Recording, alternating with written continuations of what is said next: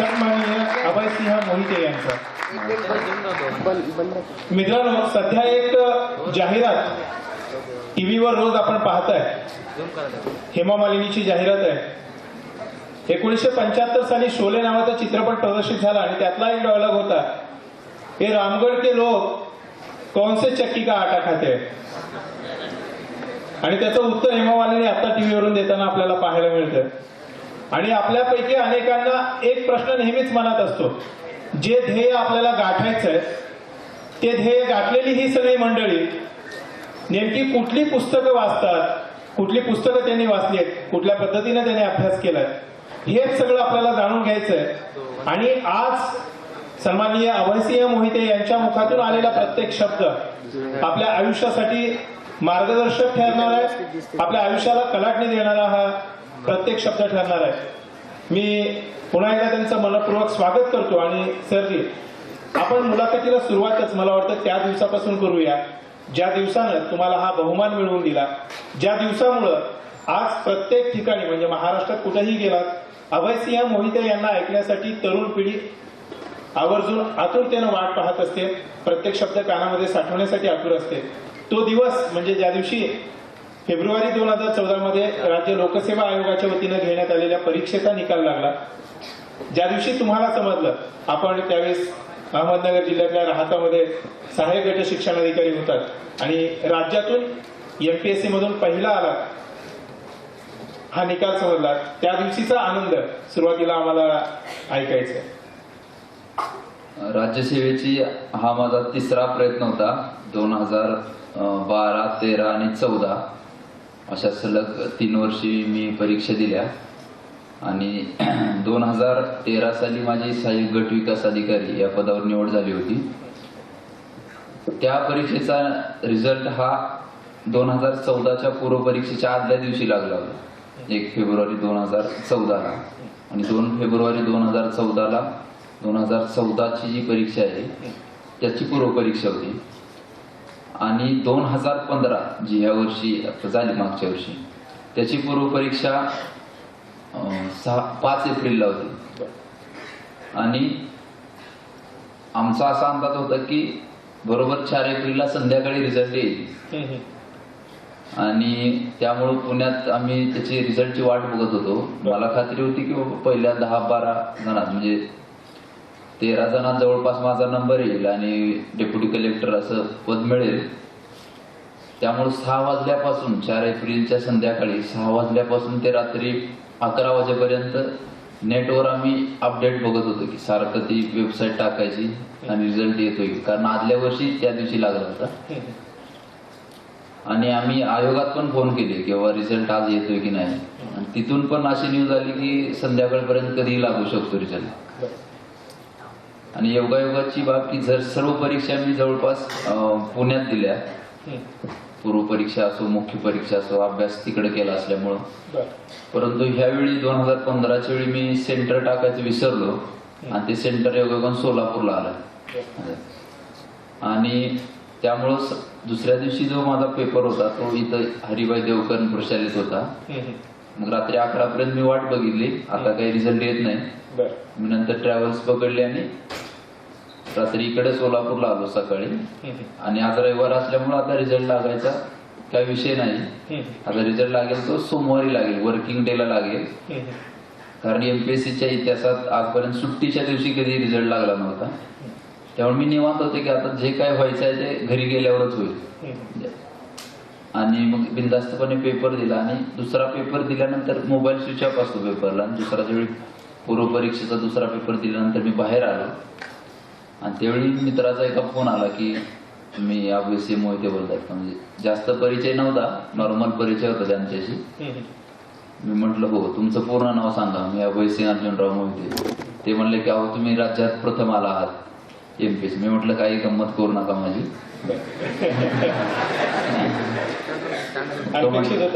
अनपेक्षित होतं, नाव माझं येईल हे 100% होतं, परंतु पहिला येणं म्हणजे एकदम हे होतं। त्यानंतर दुसऱ्या 2-3 लगेच वेटिंगला कॉल केल्यानंतर मला वाटलं की खरंच रिझल्ट आला असेल।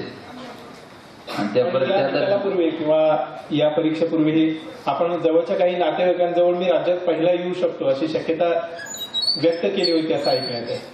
नाही, मी तशी कोणतीही शक्यता व्यक्त केली नव्हती. फक्त मला गॅरंटी होती की पहिल्या 10 ते 12 जणात मी माझा रिझल्ट येईल. आणि माझे मित्र मला म्हणत होते की जे रूम पार्टनर होते की पहिल्या 5 जणात तू येतो. म्हणजे आपणाला स्वतःला आपण कायम इनसिक्युअर वाटते की बाबा आपलं काही खरं नाही, आपलं काय परिस्थिती नाव अभय असलं तरी मला ती भीती होती. मंगळवेढे ही संतांची भूमी म्हणतात आणि त्याच मंगळवेढेमध्ये एक कचरेवाडी नावाचं छोटंसं गाव आणि तिथं कसा आनंद उत्सव त्या दिवशी साजरा झाला. कारण तुम्ही तर इकडे सोलापूरला होतात आणि फोन करून तुम्ही सांगितलं असणार. रिझल्ट आल्यानंतर पहिल्यांदा माझी इच्छा होती की आमच्या वडिलांना फोन करून सांगू की असा असा रिझल्ट आलाय. कारण आमचे वडिलांचे अभिनंदन कमी शब्द वापरतात, जास्त म्हणजे चांगलं जास्त नाही बोलत. तर त्यामुळे म्हटलं की त्यांना आधी आपण सगळ्यात आधी सांगू. आणि म्हणून मी त्यांना फोन केला, त्यांनी फोन उचलला नाही. परत दुसऱ्या वेळी फोन केला तर त्यांनी फोन उचलला नाही. तुम्ही विचार करा, म्हणजे अशा वेळी फोन लावतोय आणि ते फोन उचलत नाही आणि बाकीचे बिनकामाचे फोन भरपूर येतात. आणि मग म्हटलं की मग मी आमच्या आईला फोन लावला आणि मग आता तिला लावल्यावर असं नाही करता येणार की तिला नाही सांगायचं वडिलांना पहिल्यांदा सांगायचं. तर ते शेतात काम करत होते आई वडील आणि मग आईला सांगितलं, त्यानंतर आमच्या वडिलांना सांगितलं. म्हणजे खूप असं म्हणजे आता काय शब्द आठवत असेल पण काय बोललो आपण त्यावेळी? आईला कुठल्या शब्दांमध्ये आपण निकाल सांगितला? मी एवढं सांगितलं की आई मी महाराष्ट्रात पहिला आलो. आणि मग पुढचं तिला माहिती होतं. म्हणजे आमची आई कधीच विचारत नाही तू कुठल्या परीक्षा देतो, काय तुला काय, तिला कळत नाही, ते टेन्शन पण नाही घेत. म्हणजे पोरग करतंय करू द्या. पण तिनं कधी नाही ती ह्यावेळी विचारलं की अरे भैया तुझा रिझल्ट कधी येतोय. म्हणजे तिला सुद्धा यावेळी काय माहिती आलं की तिला सुद्धा एक उत्सुकता असेल. आणि त्यामुळे तिला मी एवढं सांगितलं मी पहिला आलं तर त्यावेळी बहुतांश गोष्टी तिला समजल्या आणि तिनं लगेच वडिलांकडे फोन दिला की बघा तुमचा मुलगा पहिला आला असं. कडवट शब्दांमध्ये आई वडील आपल्याला पण अनेक वेळा रागवत असतात. तर हे फक्त आपल्याच बाबतीत होत नाही, महाराष्ट्रातून पहिल्या येणाऱ्या व्यक्तीच्या बाबतीत हे होतं. ही एक समाधानाची बाब. आणि असं म्हणतात छन्नी हातोड्याचे घाव सोसल्याशिवाय दगडाला देव पण येत नाही. आणि कदाचित त्यासाठी आई वडिलांचं हे बोलणं असावं. अभयसिंहजी, आपण आज एकूणच तुमची पूर्ण वाटचाल बालपणापासून आता या तुमच्या उपजिल्हाधिकारी पदाच्या कारकिर्दीपर्यंत सगळं पाहणार आहोत. पण महाराष्ट्रातून पहिला येणारा विद्यार्थी बालपणी सुद्धा हुशार होता का, अभ्यासात विशेष प्रावीण्य मिळवायचा का, ही एक उत्सुकता प्रत्येकाच्या मनामध्ये असते. बालपणीचं शिक्षण म्हणजे एकूणच कचरेवाडीत असेल. माझं सगळं प्राथमिक शिक्षण मी फक्त पहिलीला मी मामाच्या गावी होतो. त्यावेळी खूप बिघडलो होतो. त्यामुळे मी 2री पासून ते 7वी पर्यंत आमच्या कचरेवाडी या गावातच माझं शिक्षण झालं. आणि तिथं मी बऱ्यापैकी हुशार होतो. कारण 4थीला पण स्कॉलरशिपला माझा जवळ राज्यात 15वा, 7वीला राज्यात 10वा स्कॉलरशिपला. त्यानंतर 8वी MTS, 9वीला MTS असे थोडेफार रिझल्ट आले होते. परंतु सगळ्यात जास्त माझी इच्छा होती की आपण 10वीला बोर्डात यावं. कारण ज्यावेळी 2003 साली आमच्या मंगळवेढ्यातले 5 विद्यार्थी जवळपास बोर्डात आले होते. त्यापूर्वी आले नाहीत, त्यानंतरही कधी आले नाहीत. परंतु आणि त्यांची जी मिरवणूक निघाली होती संपूर्ण मंगळवेढा तालुक्यात आणि त्यांच्या समोर आम्ही घोषणा दिला होतो. कारण आमच्या आणि त्यामुळं असं वाटायचं की आता पुढच्या वर्षी त्या रथात आपण बसायचं. म्हणजे 2003 साली वाटलं की त्या रथात आपण बसायचं. मग 2004 साली 10वी झाली, कुठला रथ आणि कुठलं काय. त्यानंतर 2006 साली 10वीला किती गुण मिळाले? मला 85% गुण मिळाले आणि अपेक्षेपेक्षा खूप कमी मिळाले गुण. आणि मी नाराज. पण त्या आधीचा एक किस्सा शालेय जीवनातला विचारावा असा वाटतो. खरं तर आपण रथाचा उल्लेख केला, मिरवणुकीचा उल्लेख केला. मिरवणुकीत सहभागी होणं काय आवश्यक आहे बघा. मिरवणुकीत सहभागी झाल्यानंतर कधीतरी रथामध्ये बसायची इच्छा होते. जसं आज मुलाखत ऐकताना तुमच्यापैकी अनेकांच्या मनात इच्छा निर्माण होऊ शकते की या स्टेजवर पुढच्या वर्षी माझी मुलाखत घेतली जावी. आणि ती प्रेरणा नक्कीच यांच्या मुलाखतीतून तुम्हाला मिळणार आहे. जसा आपण उल्लेख केला की पहिलीमध्ये मी थोडासा आगाऊ होतो. बारामतीच्या शाळेत मुख्याध्यापकाने वडिलांना बोलवलं होतं असा एक प्रसंग वाटण्यात आहे. तर काय म्हणजे अभयसिंह तिथं कसं वागत होते? वादग्रस्त विषय मी 10वी पर्यंत झालं आणि त्यानंतर म्हणजे मी असं भांडण वगैरे करणारा विद्यार्थी, असं शांत सरळ असं काही नाही आपल्याकडं. गावात सिंह आहे आणि त्यामुळे राजासारखं जगायचं. त्यामुळे मी 11वी-12वी विद्याप्रतिष्ठान कॉलेज बारामतीला होतो आणि घरातून बाहेर पडल्यानंतर जे मुक्त वातावरण मिळतं त्याचा खूपसा परिणाम झाला आणि आपण एक वाहवत जाणं म्हणतो त्या प्रकारे आम्ही खूप गमती जमती करायचो आणि 31 डिसेंबरला पण आम्ही म्हणजे वर्गात आम्ही ते थम्सअप वगैरे आणून उडवायचा प्रकार केला. कितवीला होता? मी 11वीला होतो आणि त्यामुळे आमचं कॉलेज हे खूप स्ट्रिक्ट असल्यामुळं त्यामुळे त्यांनी मला जवळपास 8 दिवस कॉलेजमध्ये बसायची परमिशन नव्हती आणि त्यांनी तिथून फोन केले, घरी वगैरे फोन केले होते की तुम्ही तुमच्या म्हणजे येऊन जा. आणि त्यांनी आमचे विशेष सांगायचे दाखले वगैरे तयार ठेवले होते की असा विद्यार्थी आम्हाला नको, तुम्ही तुमच्या घरी घेऊन जा. आणि त्यामुळं बघा योगायोग बघा, ज्या प्राध्यापकांनी हे म्हणजे प्राचार्य अरुण अडसूळ होते त्यावेळी, तेच अरुण अडसूळांनी माझा इंटरव्ह्यू घेतला 2014 साली एमपीएससी मेंबर होते. आणि आज तेच मुलाखती सांगतात की हा माझा विद्यार्थी आहे म्हणून. आणि मला वाटतं ते 6 महिन्यातच तुम्ही चित्र बदललं होतं. म्हणजे 6 महिन्यापूर्वी वडिलांना बोलवलं ते मुलाला रागवण्यासाठी आणि त्यानंतर असं झालं की वडिलांना बोलवलं, मला 8 दिवस परमिशन नाही. मी पण थोडं होते की वातावरण थंड होऊ द्या मग आपणाला घेतीलच असंही थोडं होतं. परंतु शेवटी वडिलांना माझी इच्छा होती वडिलांना बोलवायची गरज पडू नये, आपण बाहेरच्या बाहेर हाताळू, डुप्लिकेट कुणाला तर वडील म्हणून आणू. परंतु ते शक्य नाही झालं आणि नाईलाजानं वडिलांना यावं लागलं. आणि वडील त्यावेळी म्हटले की जास्त रागवलेत आमचे वडील, मला वाटलं आता मार वगैरे खावं लागेल. परंतु ते एवढेच म्हटलं की तुला जर शिकणं होत नसेल तर मला तसं सांग, आपल्या इकडं माळरान भरपूर आहे, तुला 10-15 म्हशी घेऊन देतो. तुम्ही म्हणजे असं इतकंच मला बोलली, बाकी काही रागवलं नाही. मग ते माझ्या मनाला खूप लागलं आणि मग त्यानंतर मी मग अभ्यास करायला चालू केला. त्यानंतर माझे स्कॉलर बॅचला वगैरे त्यांनी घेतलं आणि नंतर मग परत एकदा स्कॉलर बॅचचे पेपर झाल्यानंतर ते पेपर बघायला की बाबा तुमच्या मुलाची प्रगती काय आहे ते बघायला या म्हणून कॉलेजमधून फोन केला त्यांना की तुम्ही असं या. वडिलांना वाटलं आणखी काय घोळ केला काय आणि त्यावेळी आले. म्हणजे असं हा टर्निंग पॉइंट आहे की बाबा चांगल्या वाईट कारणासाठी बोलवलं जाणं आणि चांगल्या कारणासाठी तो योग येणं. कुठेतरी पेटून उठण्यासाठी असा एखादा प्रसंग घडावा लागतो का? तोच ना की म्हशी राखण्याचा हा प्रसंग आहे की मला वाटलं की आता खरंच म्हशी, एक वेळ विचार केला खरंच म्हशी राखायची वेळ आली तर काय करणार. म्हणजे ते मनावर घेतलं तुम्ही खूप. नक्कीच. 10वी नंतर आपण इंजिनिअरिंग पर्यंत शिक्षण, त्यावेळेस स्पर्धा परीक्षा देण्यात डोक्यात होतं का किंवा स्पर्धा परीक्षा देण्याचा विचार पहिल्यांदा कधी मनात आला? खरं तर 10वी नंतरच मला आर्ट्सला वगैरे जायचं होतं. 11वी-12वी आर्ट्स करावे आणि नंतर अभ्यास करावा असं एक डोक्यात होतं. परंतु हुशार मुलं सायन्सला जातात असं समज गैरसमज आय डोंट नो. मग त्यामुळं सगळ्याप्रमाणे मी पण सायन्सला गेलो आणि एकदा तिथे गेल्यानंतर जे आपण म्हणजे man is made by his circumstances, परिस्थितीचा जसा प्रोडक्ट असतो माणूस, तसं मित्रांच्या वातावरणामुळे तिथल्या वातावरण की आपण इंजिनिअरिंगला जावं किंवा डॉक्टरला जावं असं दोन हे असतात. त्यामुळे इंजिनिअरिंगला जावं असा एक कल तयार झाला आणि त्यानंतर ते 2 वर्षात हे विसरून गेले की आपल्याला हे व्हायचं आहे किंवा काय. त्यानंतर परत इंजिनिअरिंगला गेल्यानंतर मी बीई कॉम्प्युटर आहे वालचंद अभियांत्रिकी महाविद्यालय सांगली येथून.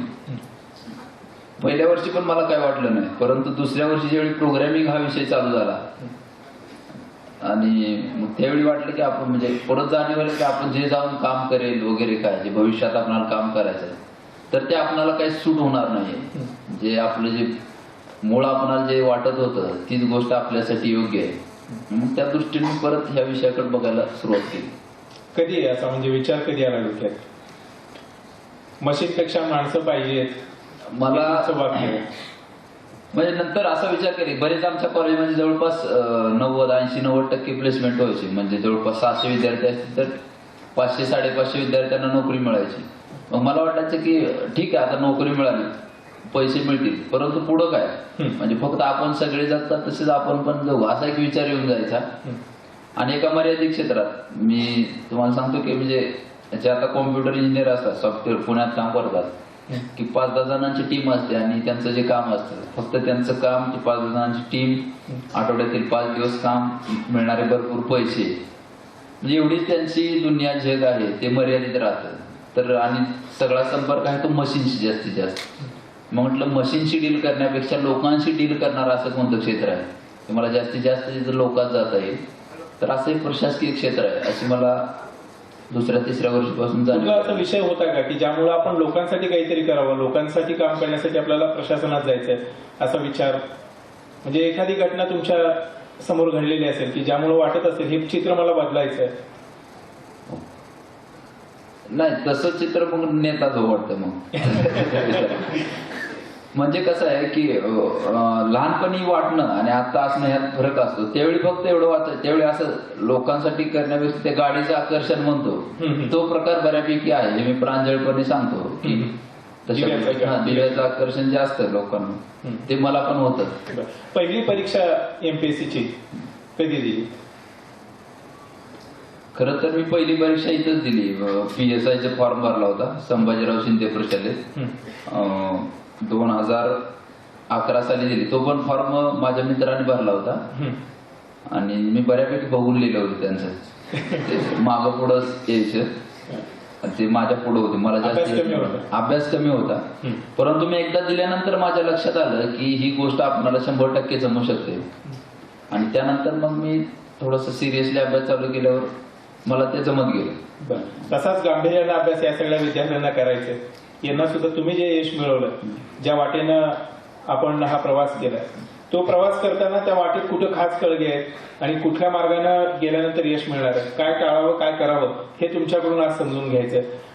तुम्ही स्वतः किती वेळ द्यायचा अभ्यासाला? हा एक महत्वाचा विषय. बऱ्याच जणांना असं वाटतं की म्हणजे हा प्रश्न 100% असतो की किती तास अभ्यास करायचा, आणि यशस्वी झालेले पण काही जण 15-16 तास असे सांगून टाकतात. किती वाटते? आणि एकदा सिलेक्शन झाल्यावर कोण बघायला येत नाही तुम्ही किती तास अभ्यास केला. त्यामुळं कसं होतं की नवीन जो विद्यार्थी आहे त्याला हा 15-16 तास आकडा ऐकून तो घाबरतो, एवढं काही आपल्याच्यानं होत नाही. पण मी असं सांगेन की इतका तास अभ्यास करण्याची खरंच गरज नाही. माझं असं वैयक्तिक आणि स्पष्ट मत आहे, दिवसातून 7-8 तास तुम्ही जरी अभ्यास केला, फक्त जेवढा कराल तेवढं लक्ष देऊन करा, मी एवढं सांगेन. आणि बऱ्याच जणांचे असे गैरसमज असतात, म्हणजे असं वाटतं की पहाटे लवकर उठून अभ्यास केला तर चांगला होतो, रात्री जागरण करून अभ्यास केला तर चांगला होतो. तर असं काही नाही की आपलं ज्यावेळी डोकं शांत आहे आणि आपण ज्यावेळी चांगली मनस्थिती आहे अशा कोणत्याही वेळी दिवसातून तुम्ही अभ्यास केला, भले तो मध्यरात्री जरी केला तरी तो तुमचा अभ्यास चांगला होतो. परंतु अभ्यास करताना तुमचं हे पूर्णतः लक्ष हे अभ्यासात पाहिजे. इंजिनियर लोक लवकर उठत नाही, तसं मी पण लवकर कधी उठायचं नाही. मी 8ला उठून आणि रात्री 10, 10:15, 10:30 झोपायचो. परंतु दिवसात जितका वेळ मिळेल तितका एकदम प्रामाणिकपणे जास्तीत जास्त अभ्यासात लक्ष देता येईल, किंवा दिवसातला टाइमपास टाळायचा. साध्या ट्रिक्स असतात, आता मित्र भेटायला येतात वगैरे, तर एकट्या दुकट्या मित्राला भेटण्यापेक्षा एकदा 4-5 जणांना भेटायचं, म्हणजे प्रत्येकाला अर्धा तास जायचा, एक सगळ्याला मिळून तासभर का जाईना, आणि जास्त एन्जॉय. ह्या साध्या गोष्टी. दुसरी गोष्ट की अभ्यासाला मी गेल्यानंतर मी मोबाईल बंद करून ठेवायचा, डायरेक्ट मोबाईल स्विच ऑफ करायचा. आणि सुदैवानं तो साधा मोबाईल होता, व्हॉट्सअप नव्हतं माझ्याकडे, आणि मिस कॉल अलर्ट चालू करून ठेवायचे. आणि ज्यावेळी बाहेर येईल किंवा मी कंटाळा येईल, वाटले की बाबा आपण आता बोर झाले जरा बाहेर जाऊन, तर त्यावेळी चालू करायचं. कोणाचा महत्वाचा फोन येऊन गेला असेल तर तो कॉल बॅक करायचा. माझं मित्रांना सांगणं आहे की असं काय तुमचं एवढं अर्जंट काम असतं, म्हणजे मोबाईल, आता तर अन्न, वस्त्र, निवारा आणि मोबाईल या 4 गरजा आहेत, तर मोबाईल वाचून असं तुमचं काय अडतं की म्हणजे एखाद्या देशाचे पंतप्रधान जरी मृत्यू पावले तर दुसरा त्याच्या जागी कोणतरी येतो, शपथ घेतो आणि देश चालू राहतो, तसं असा तुमचा मोबाईल तासभर बंद असल्यानं असं कुणाचं काय अडतंय? बरोबर. फायदा होणार आहे हा तुमच्यासाठीच होणार आहे. त्यामुळे मोबाईलवर नियंत्रण ठेवा आणि अभ्यासात म्हणजे 7 ते 8 तास हे सफिशियंट आहेत. फक्त जेवढं कराल तेवढं मन लावून करा. आणखी काही तंत्र आहे का की मी जे वाचतो ते माझ्या लक्षात राहिलं पाहिजे, याच्यासाठी काही तंत्र आहे का? अभ्यासाची काही विशिष्ट अशी पद्धती आहे का? हे बघा, आता तुमच्या सगळ्यांचं वय पाहता जवळपास 18 वर्षाच्या आसपास असतील, की तुम्हाला आतापर्यंत अभ्यासाच्या सवयी लागल्या असतील, किंवा जशा अभ्यास आतापर्यंत तुम्ही वेगळ्या 10वी साठी 12वी साठी करत आहात, हा तशाच प्रकारचा एक अभ्यास आहे. असं जास्त डिफरन्शिएट नाही करत मी. फक्त फरक हा आहे की 10वी 12वी किंवा असं आहे की त्यात आपण परीक्षेपुरता जरा अभ्यास करतो, किंवा ग्रॅज्युएशनला परीक्षा आली की महिना 2 महिना आपण जोर लावतो. तर ह्या स्पर्धा परीक्षेत असं नाही चालत. शेवटचे 2 महिने तर जोर लावावा लागतो, नो डाऊट. परंतु उरलेले जे महिने आहेत तिथं पण तुम्हाला एका सातत्य तुम्हाला राखावं लागतं. ही जी आपली गाडी असते ती एकदम अशी जोरात पळली आणि थांबली, परत पळली थांबली, असं करून नाही चालत. एका कॉन्स्टंट गतीने जी मोशन असते त्या मोशननं ती गाडी चालवत राहणं हे चांगलं असतं. तसंच अभ्यासाचं पण आहे.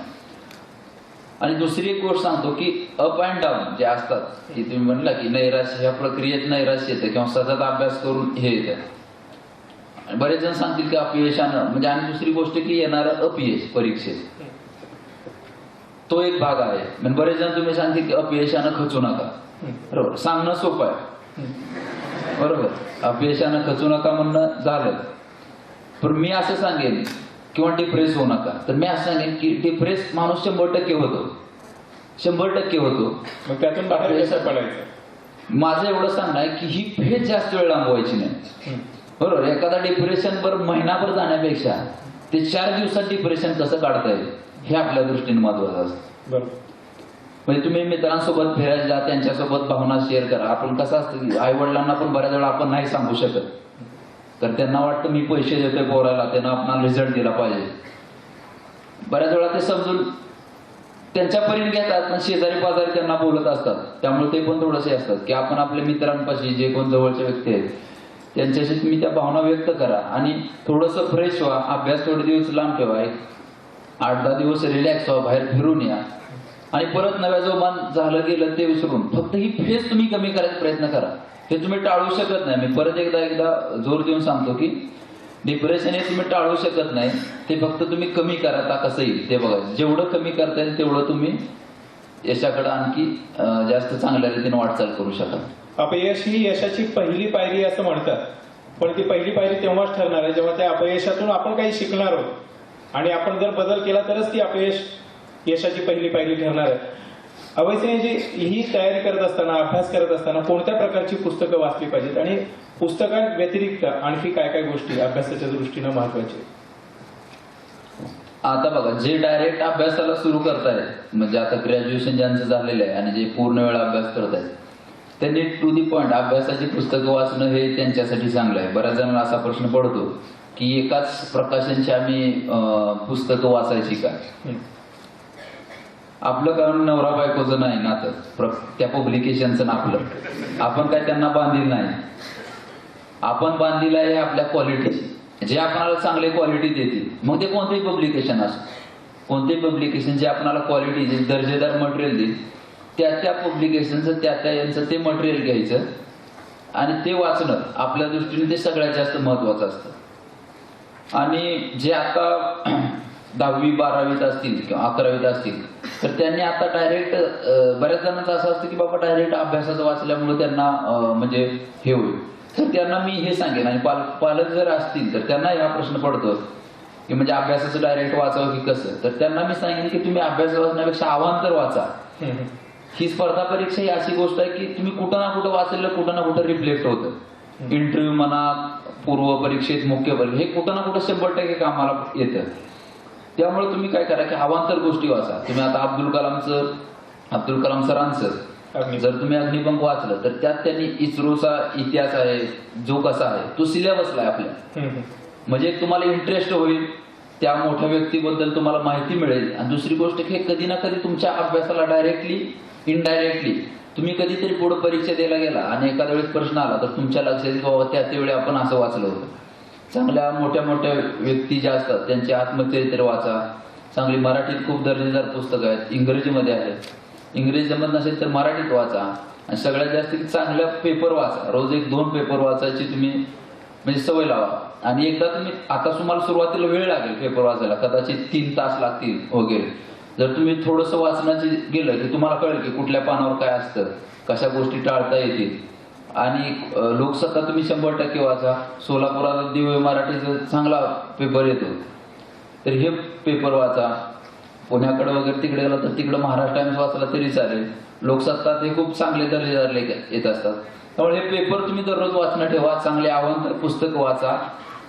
लहान वयात तुम्ही फिरायला जा. 11वी 12वीला असतील किंवा ग्रॅज्युएशनला असतील तर तुम्ही जास्तीत जास्त ठिकाणी फिरा. कॉलेजच्या ट्रिप हे अजिबात चुकू नका. आई वडिलांना वाटेल घे पैसे जातील, पण जाऊ द्या. फक्त जाताना इतकं करा की तुम्ही आता समजा ह्या ट्रिपला तुम्हाला बेंगलोरला चाललंय, तर त्या बेंगलोर विषयी माहिती आधी वाचून जायची पूर्णतः आपण, की बाबा बेंगलोरमध्ये फिरण्यासारखं आहे. आणि आता आणखी इतकं सोपं आहे की डायरेक्ट तुम्ही गुगलवर टाकलं, बेंगलोर टाकलं, त्यात विकिपीडियावर वगैरे सर्व माहिती तुम्हाला मिळते किंवा त्याची पुस्तकं मिळतात. किंवा जिथं कुठं फिरायला जातात त्या तिथलं स्पेशालिटी वाचून घ्या. किंवा आपण परत जाताना कोणत्या मार्गे जातोय, कुठल्या रूटनं जातोय, अंतर किती आहे, तिथं काय काय बघणार आहे, ह्या सगळ्या गोष्टी. यांना काय असतं की आपल्याला त्याचा एक भूगोल कळतो आणि त्या शहराचं वैशिष्ट्य कळतं. शहराविषयी ऐतिहासिक माहिती जाणून घ्या की बाबा पूर्वी काय घडलं होतं ह्या शहरात, सध्या काय आहे, तिथला इतिहास, म्हणजे इतिहासासोबत भूगोलासोबत वैशिष्ट्यासोबत राजकीय इतिहासही तुम्ही तिथला बघून घ्या. आणि दुसरी गोष्ट की चांगले चांगले पिक्चर बघा. हे तर सगळ्यांना आवडण्यासारखी गोष्ट आहे. दिलवाले बघा, बाजीराव मस्तानी पण बघा. योग्य वयात योग्य पिक्चर बघितले पाहिजेत, तेही बघा. परंतु त्या व्यतिरिक्त सामाजिक विषयावरही आजकाल खूप चांगले चांगले पिक्चर येत आहेत. तुम्ही नटसम्राट बघितला असेल, आता नसेल तर 100% बघा. फक्त आता तुम्ही पिक्चरवर गेला तर त्याच्या अनुषंगाने त्याची आणखी माहिती घ्या की बाबा नटसम्राट हे आहे, तर मग काय, हे नाटक कोणाचं होतं, कुणी लिहिलं, कुसुमाग्रजांनी लिहिलं, तर ते कशावर बेस आहे, याच्या आधी नाटक व्हायचे, मग त्यात कोण भूमिका करायचं, असं एक ओव्हरऑल तुम्ही, म्हणजे फक्त अभ्यासाच्या दृष्टिकोनात पुस्तक वाचली किंवा असं केलं तर तसं करण्यापेक्षा ह्या सगळ्या गोष्टी ज्या आता 10वी 12वीत असतील त्या विद्यार्थ्यांनी करावं, असं एक मला प्रामाणिकपणे वाटतं. छान. या विषयाकडे परत आपण येणार होतो, म्हणजे मनोरंजनासोबत चित्रपटांकडे अभ्यासाच्या दृष्टिकोनातून कसं पाहायचं हे त्यांनी सांगितलंय. आपण त्यांचा आवडता हिरो कोण, हिरोईन कोण ते पण विचारूया. पण आता मला महत्वाचा वाटतो भाग तो अभ्यास करत असताना, स्पर्धा परीक्षांचा अभ्यास करत असताना क्लासेसची आवश्यकता किती आहे. तुम्ही स्वतः तर मला वाटतं मुख्य परीक्षा होईपर्यंत कुठल्याही क्लासला जॉईन नव्हतं, पण विद्यार्थ्यांच्या, सर्वसामान्य विद्यार्थ्यांच्या दृष्टीनं आवश्यकता वाटते का? हा एकदम महत्वाचा प्रश्न आहे आणि बरंच अर्थकारण याच्यावर अवलंबून असतं. मी कोणताही क्लास लावलेला नाही. बऱ्याच क्लासेस समोर तुम्ही माझे फोटो वगैरे बघितले असतील, तर त्याचं वास्तव पण मी तुम्हाला सांगतो. मुख्य परीक्षा दिल्यानंतर आपण, आमची मुलाखत असते. एकदा पूर्व परीक्षा पास झाल्यानंतर मुख्य परीक्षा पास झाल्यानंतर मुलाखत असते. मग मुख्य परीक्षा पास झाल्यानंतर यश आपल्या थोडंफार दृष्टीपथात येतं, कारण आपण एवढा ट्रॅक चालून आलेलो असतो, 1-2 वर्षाचे प्रयत्न, पूर्व परीक्षा आणि मुख्य परीक्षा. त्यानंतर असते मुलाखत. मग त्या टप्प्यावर उमेदवाराला असं वाटतं की आपण आता थोडंसं, बऱ्याच जणांना अनुभव नसतो. आम्ही इंजिनियर लोक आहे, आम्ही थोडेफार कॅम्पस इंटरव्ह्यू वगैरे दिलेले आहे, त्यामुळे थोडाफार आम्हाला अनुभव आहे मुलाखत देण्याचा. पण जे आर्ट्सचे असतील किंवा मेडिकलचे असतील, मेडिकलला पण जास्त संबंध येत नाही, तर त्यांना मुलाखतीचा अनुभव नसतो. मग ते काय करतात की रिस्क टाळण्यापेक्षा एखाद्या क्लासकडे जायचं, तिथे 400-500 रुपये त्यांना भरायचे आणि ते आपला 10 ते 15 मिनिटाचा मुलाखत घेतात. की बाबा त्यांचं पॅनल असतं, ते मुलाखत घेतात आणि मग रिझल्ट लागतो आणि ते आमचाच विद्यार्थी असे म्हणून जाहिरात करतात. त्यामुळे बऱ्याच जणांना असा गैरसमज होतो की हा विद्यार्थी हा त्या क्लासचे असतात. तुम्ही जर पूर्ण बघितलं तर जवळपास 200 जरी फोटो असले एखाद्या क्लासला, तर त्यातले फक्त 50 विद्यार्थी त्यांचे असतात. 50-150 असेच मॉक इंटरव्ह्यूला आलेले असतात माझ्यासारखे. हे मी 100% म्हणजे माझ्या गॅरंटीनं तुम्हाला सांगतो. दुसरी गोष्ट, क्लास लावावं की नको, हे कसं आहे, आता क्लासवाले दावा करतात की आमचे 200 विद्यार्थी हे आमच्या क्लासचे. बरोबर, तुमच्याकडे क्लास किती जणांनी लावले? 5000 जणांनी लावले. मग 4800 नापास झाले, हे कुणामुळं? 205 झाले हा जर तुमचा दावा असेल, तर 4800 नापास झाले हे कुणामुळे? तुमच्यामुळेच. मला त्यांच्यावर टीका करायची नाहीये, पण मी वास्तव सांगतो की मुद्दा हा आहे की ते त्यांचं काम करतात, परंतु सगळ्यात जास्त अल्टिमेट जे आहे ते आपल्या स्वतःवर असतं. ज्यांना एखाद्यांना मार्गदर्शन करण्यासाठी कोणी आहे की बाबा कोणतं तरी त्यांना आता झालेल्या विद्यार्थ्यांना मार्गदर्शन करतोय, असं असं पुस्तक वाच, तसं तसं पुस्तक वाच हे सांगतोय, तर त्यांच्यासाठी कदाचित तो राईट ट्रॅक असेल, त्यामुळे त्यांना क्लास लावायची गरज नाही पडणार. पण काही काही वेळा कसं असतं की ज्यांना कुणीच सांगणार नसतं, क्लासवाल्यांचा मोस्ट ऑफ दी रोल काय असतो की तुम्हाला डायरेक्शन दाखवणं, बरोबर, की ही दिशा आहे, ह्या दिशेने तुम्ही करा, बाकी सगळ्या गोष्टी या स्वतःलाच कराव्या लागतात. त्यामुळे तुम्हाला क्लास लावायचा असेल किंवा नसेल हा तुमचा वैयक्तिक निर्णय आहे. मी तुम्हाला सांगणार नाही की लावा किंवा लावू नका. पण ग्रामीण भागातल्या विद्यार्थ्यांची एक टेंडन्सी बघता, त्यांना मुख्यतः प्रॉब्लेम हा येतो की इंग्रजीचा प्रॉब्लेम येतो, आणि दुसरं की सीसॅटचा जो पेपर आहे त्यातलं गणित वगैरे जे आहे, हा 2 प्रॉब्लेम येतो. त्यामुळे या 2 विषयासाठी तुम्ही लावलात तरी आणि लावले तरी चालेल. बाकीच्या विषयासाठी इतिहास, भूगोल, पॉलिटिकल सायन्स, इकॉनॉमी याच्यासाठी क्लास लावण्याची गरज आहे असं मला वाटत नाही. पण तरी तुम्हाला तशी आवश्यकता वाटली, तुमच्या खिशाला परवडत असेल, तुम्हाला वाटत असेल की असा बसून आपला टाइमपास होतोय, क्लासमध्ये जाऊन थोडंफार आपण लक्ष देऊ शकू, तर तुम्ही लावा. Choice is ultimately yours. म्हणजे आपल्यात क्षमता आहे, कुवत आहे, पण योग्य दिशा मिळावी आणि त्या दिशेचा फायदा होऊ शकतो. पण असं नाही की क्लास लावलंच पाहिजे, त्याची आवश्यकता आहेच असं नाही. या पूर्वपरीक्षा आणि मुख्य परीक्षेनंतरचा जो भाग आहे मुलाखतीचा, आम्हाला तुमच्या मुलाखतीचा अनुभव ऐकायचा आहे. म्हणजे मुलाखतीला पॅनल मोठं असतं आणि वेगवेगळे प्रश्न विचारले जातात. तुम्ही मुलाखतीला गेलात त्यावेळेस तुमची मनस्थिती कशी होती आणि तुम्हाला कोणत्या प्रकारचे प्रश्न विचारले गेले? मुलाखतीची गंमत सांगतो. मी वालचंद अभियांत्रिकीचा विद्यार्थी आहे आणि तिथं कॅम्पस इंटरव्ह्यू असतात, जवळपास 90% प्लेसमेंट होतं. तिथं मी 10 ते 15 इंटरव्ह्यू दिले, पण मला कुणीच घेतलं नाही. तिथं ही वस्तुस्थिती होती की बाबा मुद्दा काय होता की टेक्निकल जे नॉलेज असतं, मी कायम सांगतो की मला इंजिनियर असल्याचा अभिमान आहे, परंतु कॉम्प्युटर इंजिनियर असल्याचं दुःख आहे. का तर मला त्यातलं काहीच येत नाही.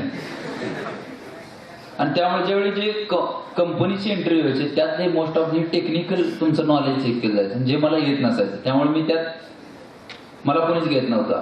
परंतु जे एक वातावरण असतं किंवा ते एन्व्हायरमेंट, आज जाणं, may come in, good evening, good morning, ह्या सगळ्या गोष्टी एक प्रोटोकॉल म्हणतो आपण थोडक्यात, त्या गोष्टी मला परिचयाच्या होत्या. परंतु एक प्रकारची धाकधूक असते. मी 2011 साली STA झालो होतो, त्याचा एक इंटरव्ह्यू दिला होता, तो 5 मिनिटाचा होता हार्डली. 2013 साली मान्य सुधीर ठाकरे चेअरमन होते, त्यांच्याकडे गेलो होता. आणि 2014 साली प्राध्यापक अरुण अडसूळ यांचं पॅनल होतं. मला यात जास्त इंटरव्ह्यू हा सुधीर ठाकरे सरांनी घेतलेला. म्हणजे ज्यावेळी मी असिस्टंट व्हिडिओ झालो त्यावेळेचा आठवतो. त्यांनी 10 मिनिट इंटरव्ह्यू घेतला. बसल्या बसल्या ते म्हणाले की गुड मॉर्निंग म्हटले, बसा म्हटले, असं बघितलं इंजिनिअरिंग क्वालिफिकेशन आहे. हा इंजिनियर साहेब सांगा सोशल इंजिनिअरिंग म्हणजे काय? म्हटलं बसू तर द्या लगेच आधी. मी म्हटलं सर सोशल नेटवर्किंग माहिती आहे, तुला विचारलंय का ते? तुला काय विचारलंय? Social engineering. Sorry sir.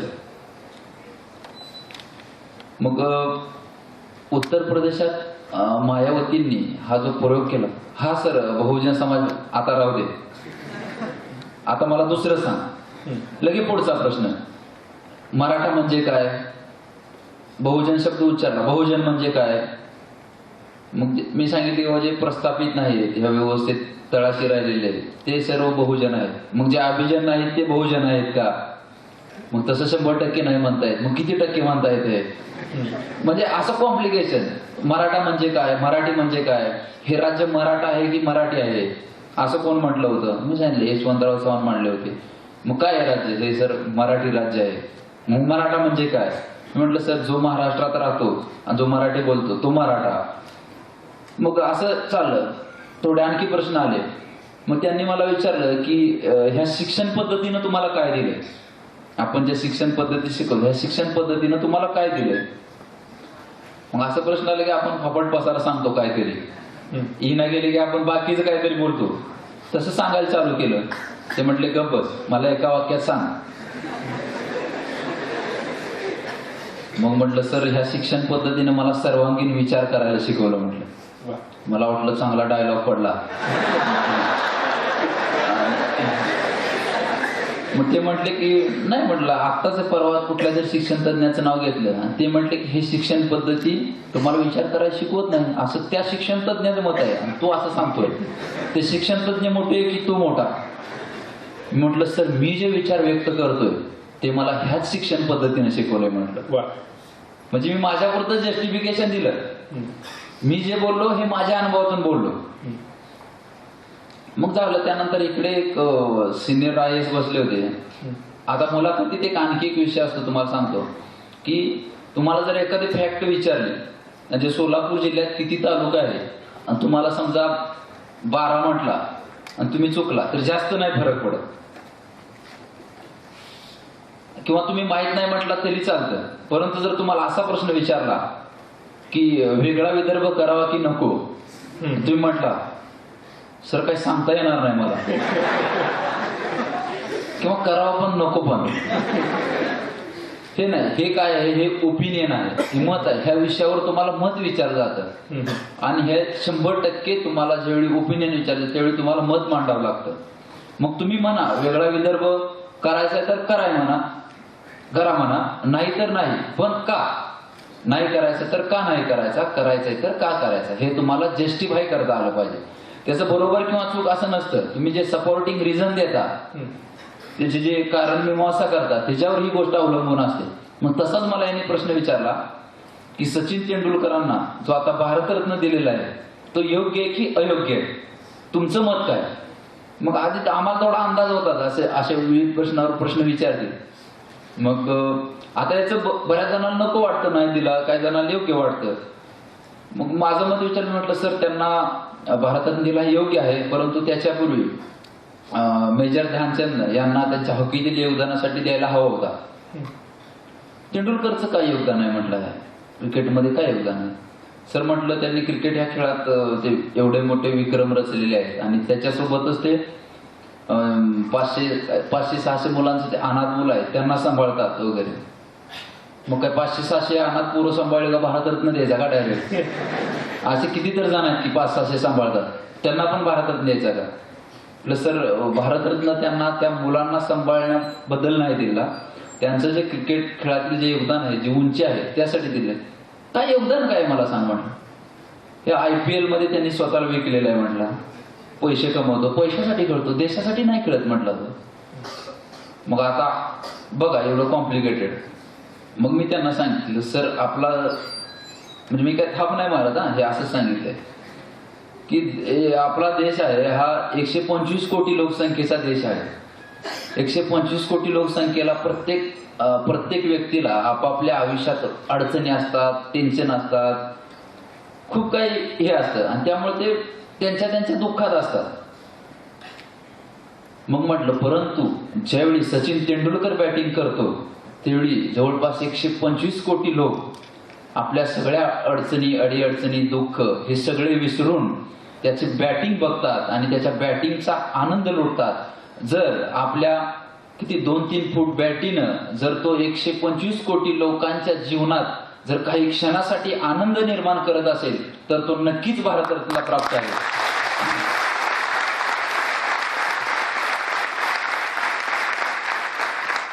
मग मी असं म्हटल्यानंतर मला वाटलं मी लयच भारी बोललो, फुल बॅटिंग केली. आणि मग ते पण म्हटले ठीक आहे, ते जरा सॅटिस्फाय झाले, ते पण खुश झाले. परंतु इकडं IPS अधिकारी बसले होते, ते म्हटले काय म्हटला तुम्ही की सचिन तेंडुलकरनं आपल्या खेळीनं 125 कोटी लोकसंख्येला आनंद दिला. होय सर म्हणला. आनंद अहो असा नंतर राखी सावंत पण देते हो.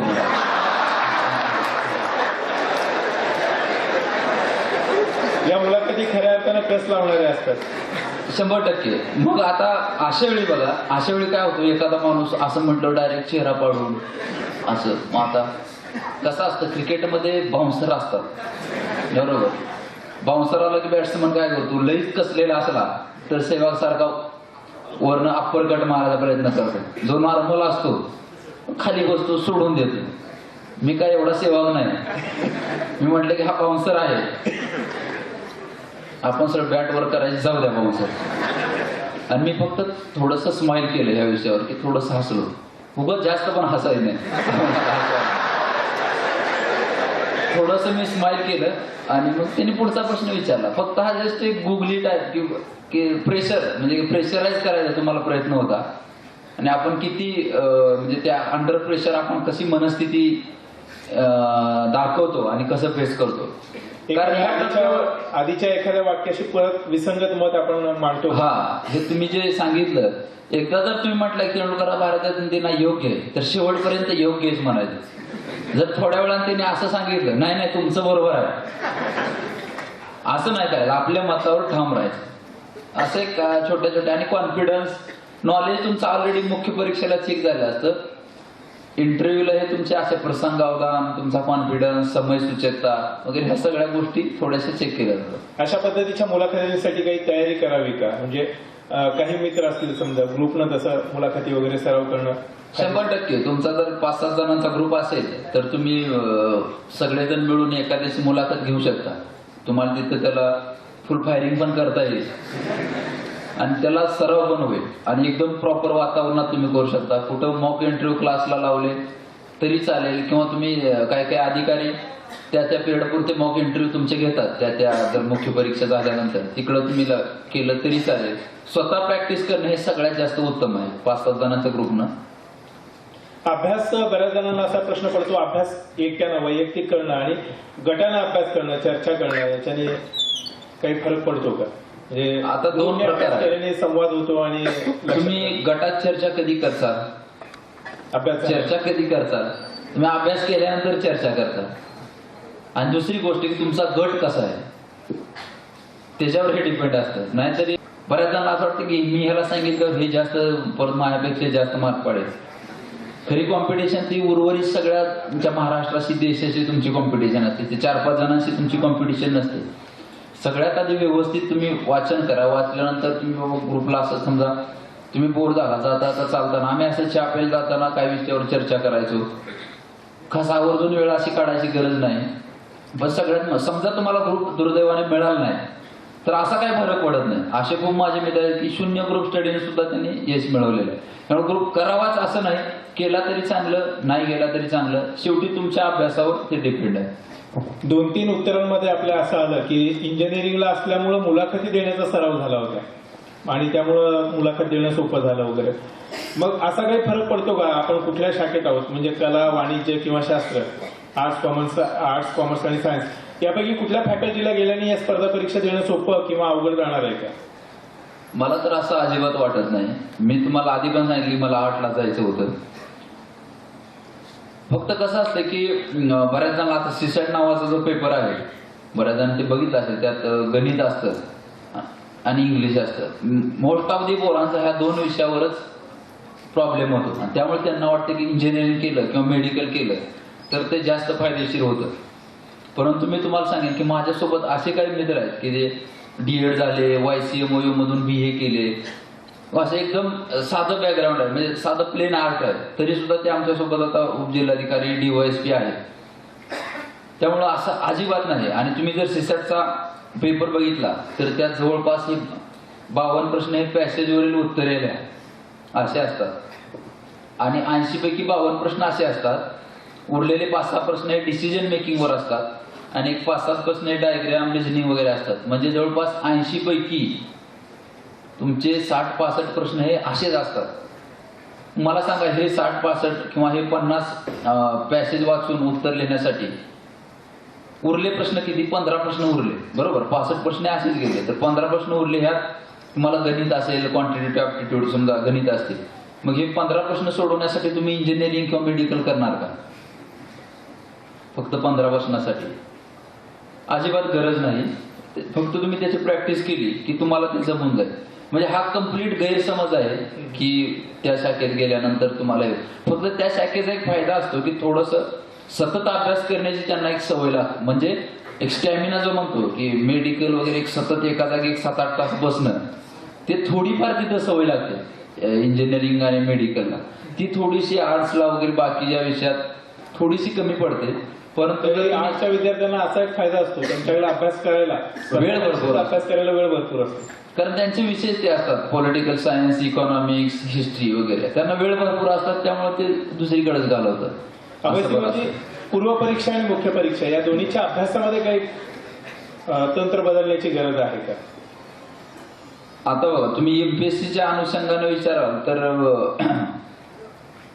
पूर्व परीक्षा आणि मुख्य परीक्षा दोन्ही आता ऑब्जेक्टिव्ह आहे. त्यामुळं लिखाण जे आधी असायचं ते एमपीएससी सध्या डिस्क्रिप्टिव्हला हे नाही, त्यामुळे जास्तीत जास्त सखोल वाचन तुम्ही करणार. नोट्स काढण्याची पण तशी आता आवश्यकता नाही. फक्त पुस्तक त्यात अंडरलाईन वगैरे करणे, स्वतःची पुस्तक विकत घेणे, त्यात अंडरलाईन करणे आणि सखोल वाचन करणे आणि वारंवार वाचन करणे. रिव्हिजन सगळ्यात जास्त महत्वाची गोष्ट असेल तर ती रिव्हिजन आहे. म्हणजे आपण एकदा वाचलं, बऱ्याच जण असं मला फोन करून विचारतात, सर तुम्ही मला पुस्तकं सांगितली होती ती मी वाचून झाले, मग मी आता काय करू? मी म्हणतो परत वाच. यश 100% विसरतं. म्हणजे किती तुम्ही वाचला, आपण काही स्वामी विवेकानंद नाही, एकदा वाचला आणि आपल्या लक्षात राहिलं. त्यामुळे 2, 3, 4, 5, 6, 7, 8 वेळा वाचा, जितकं जमेल तितकं.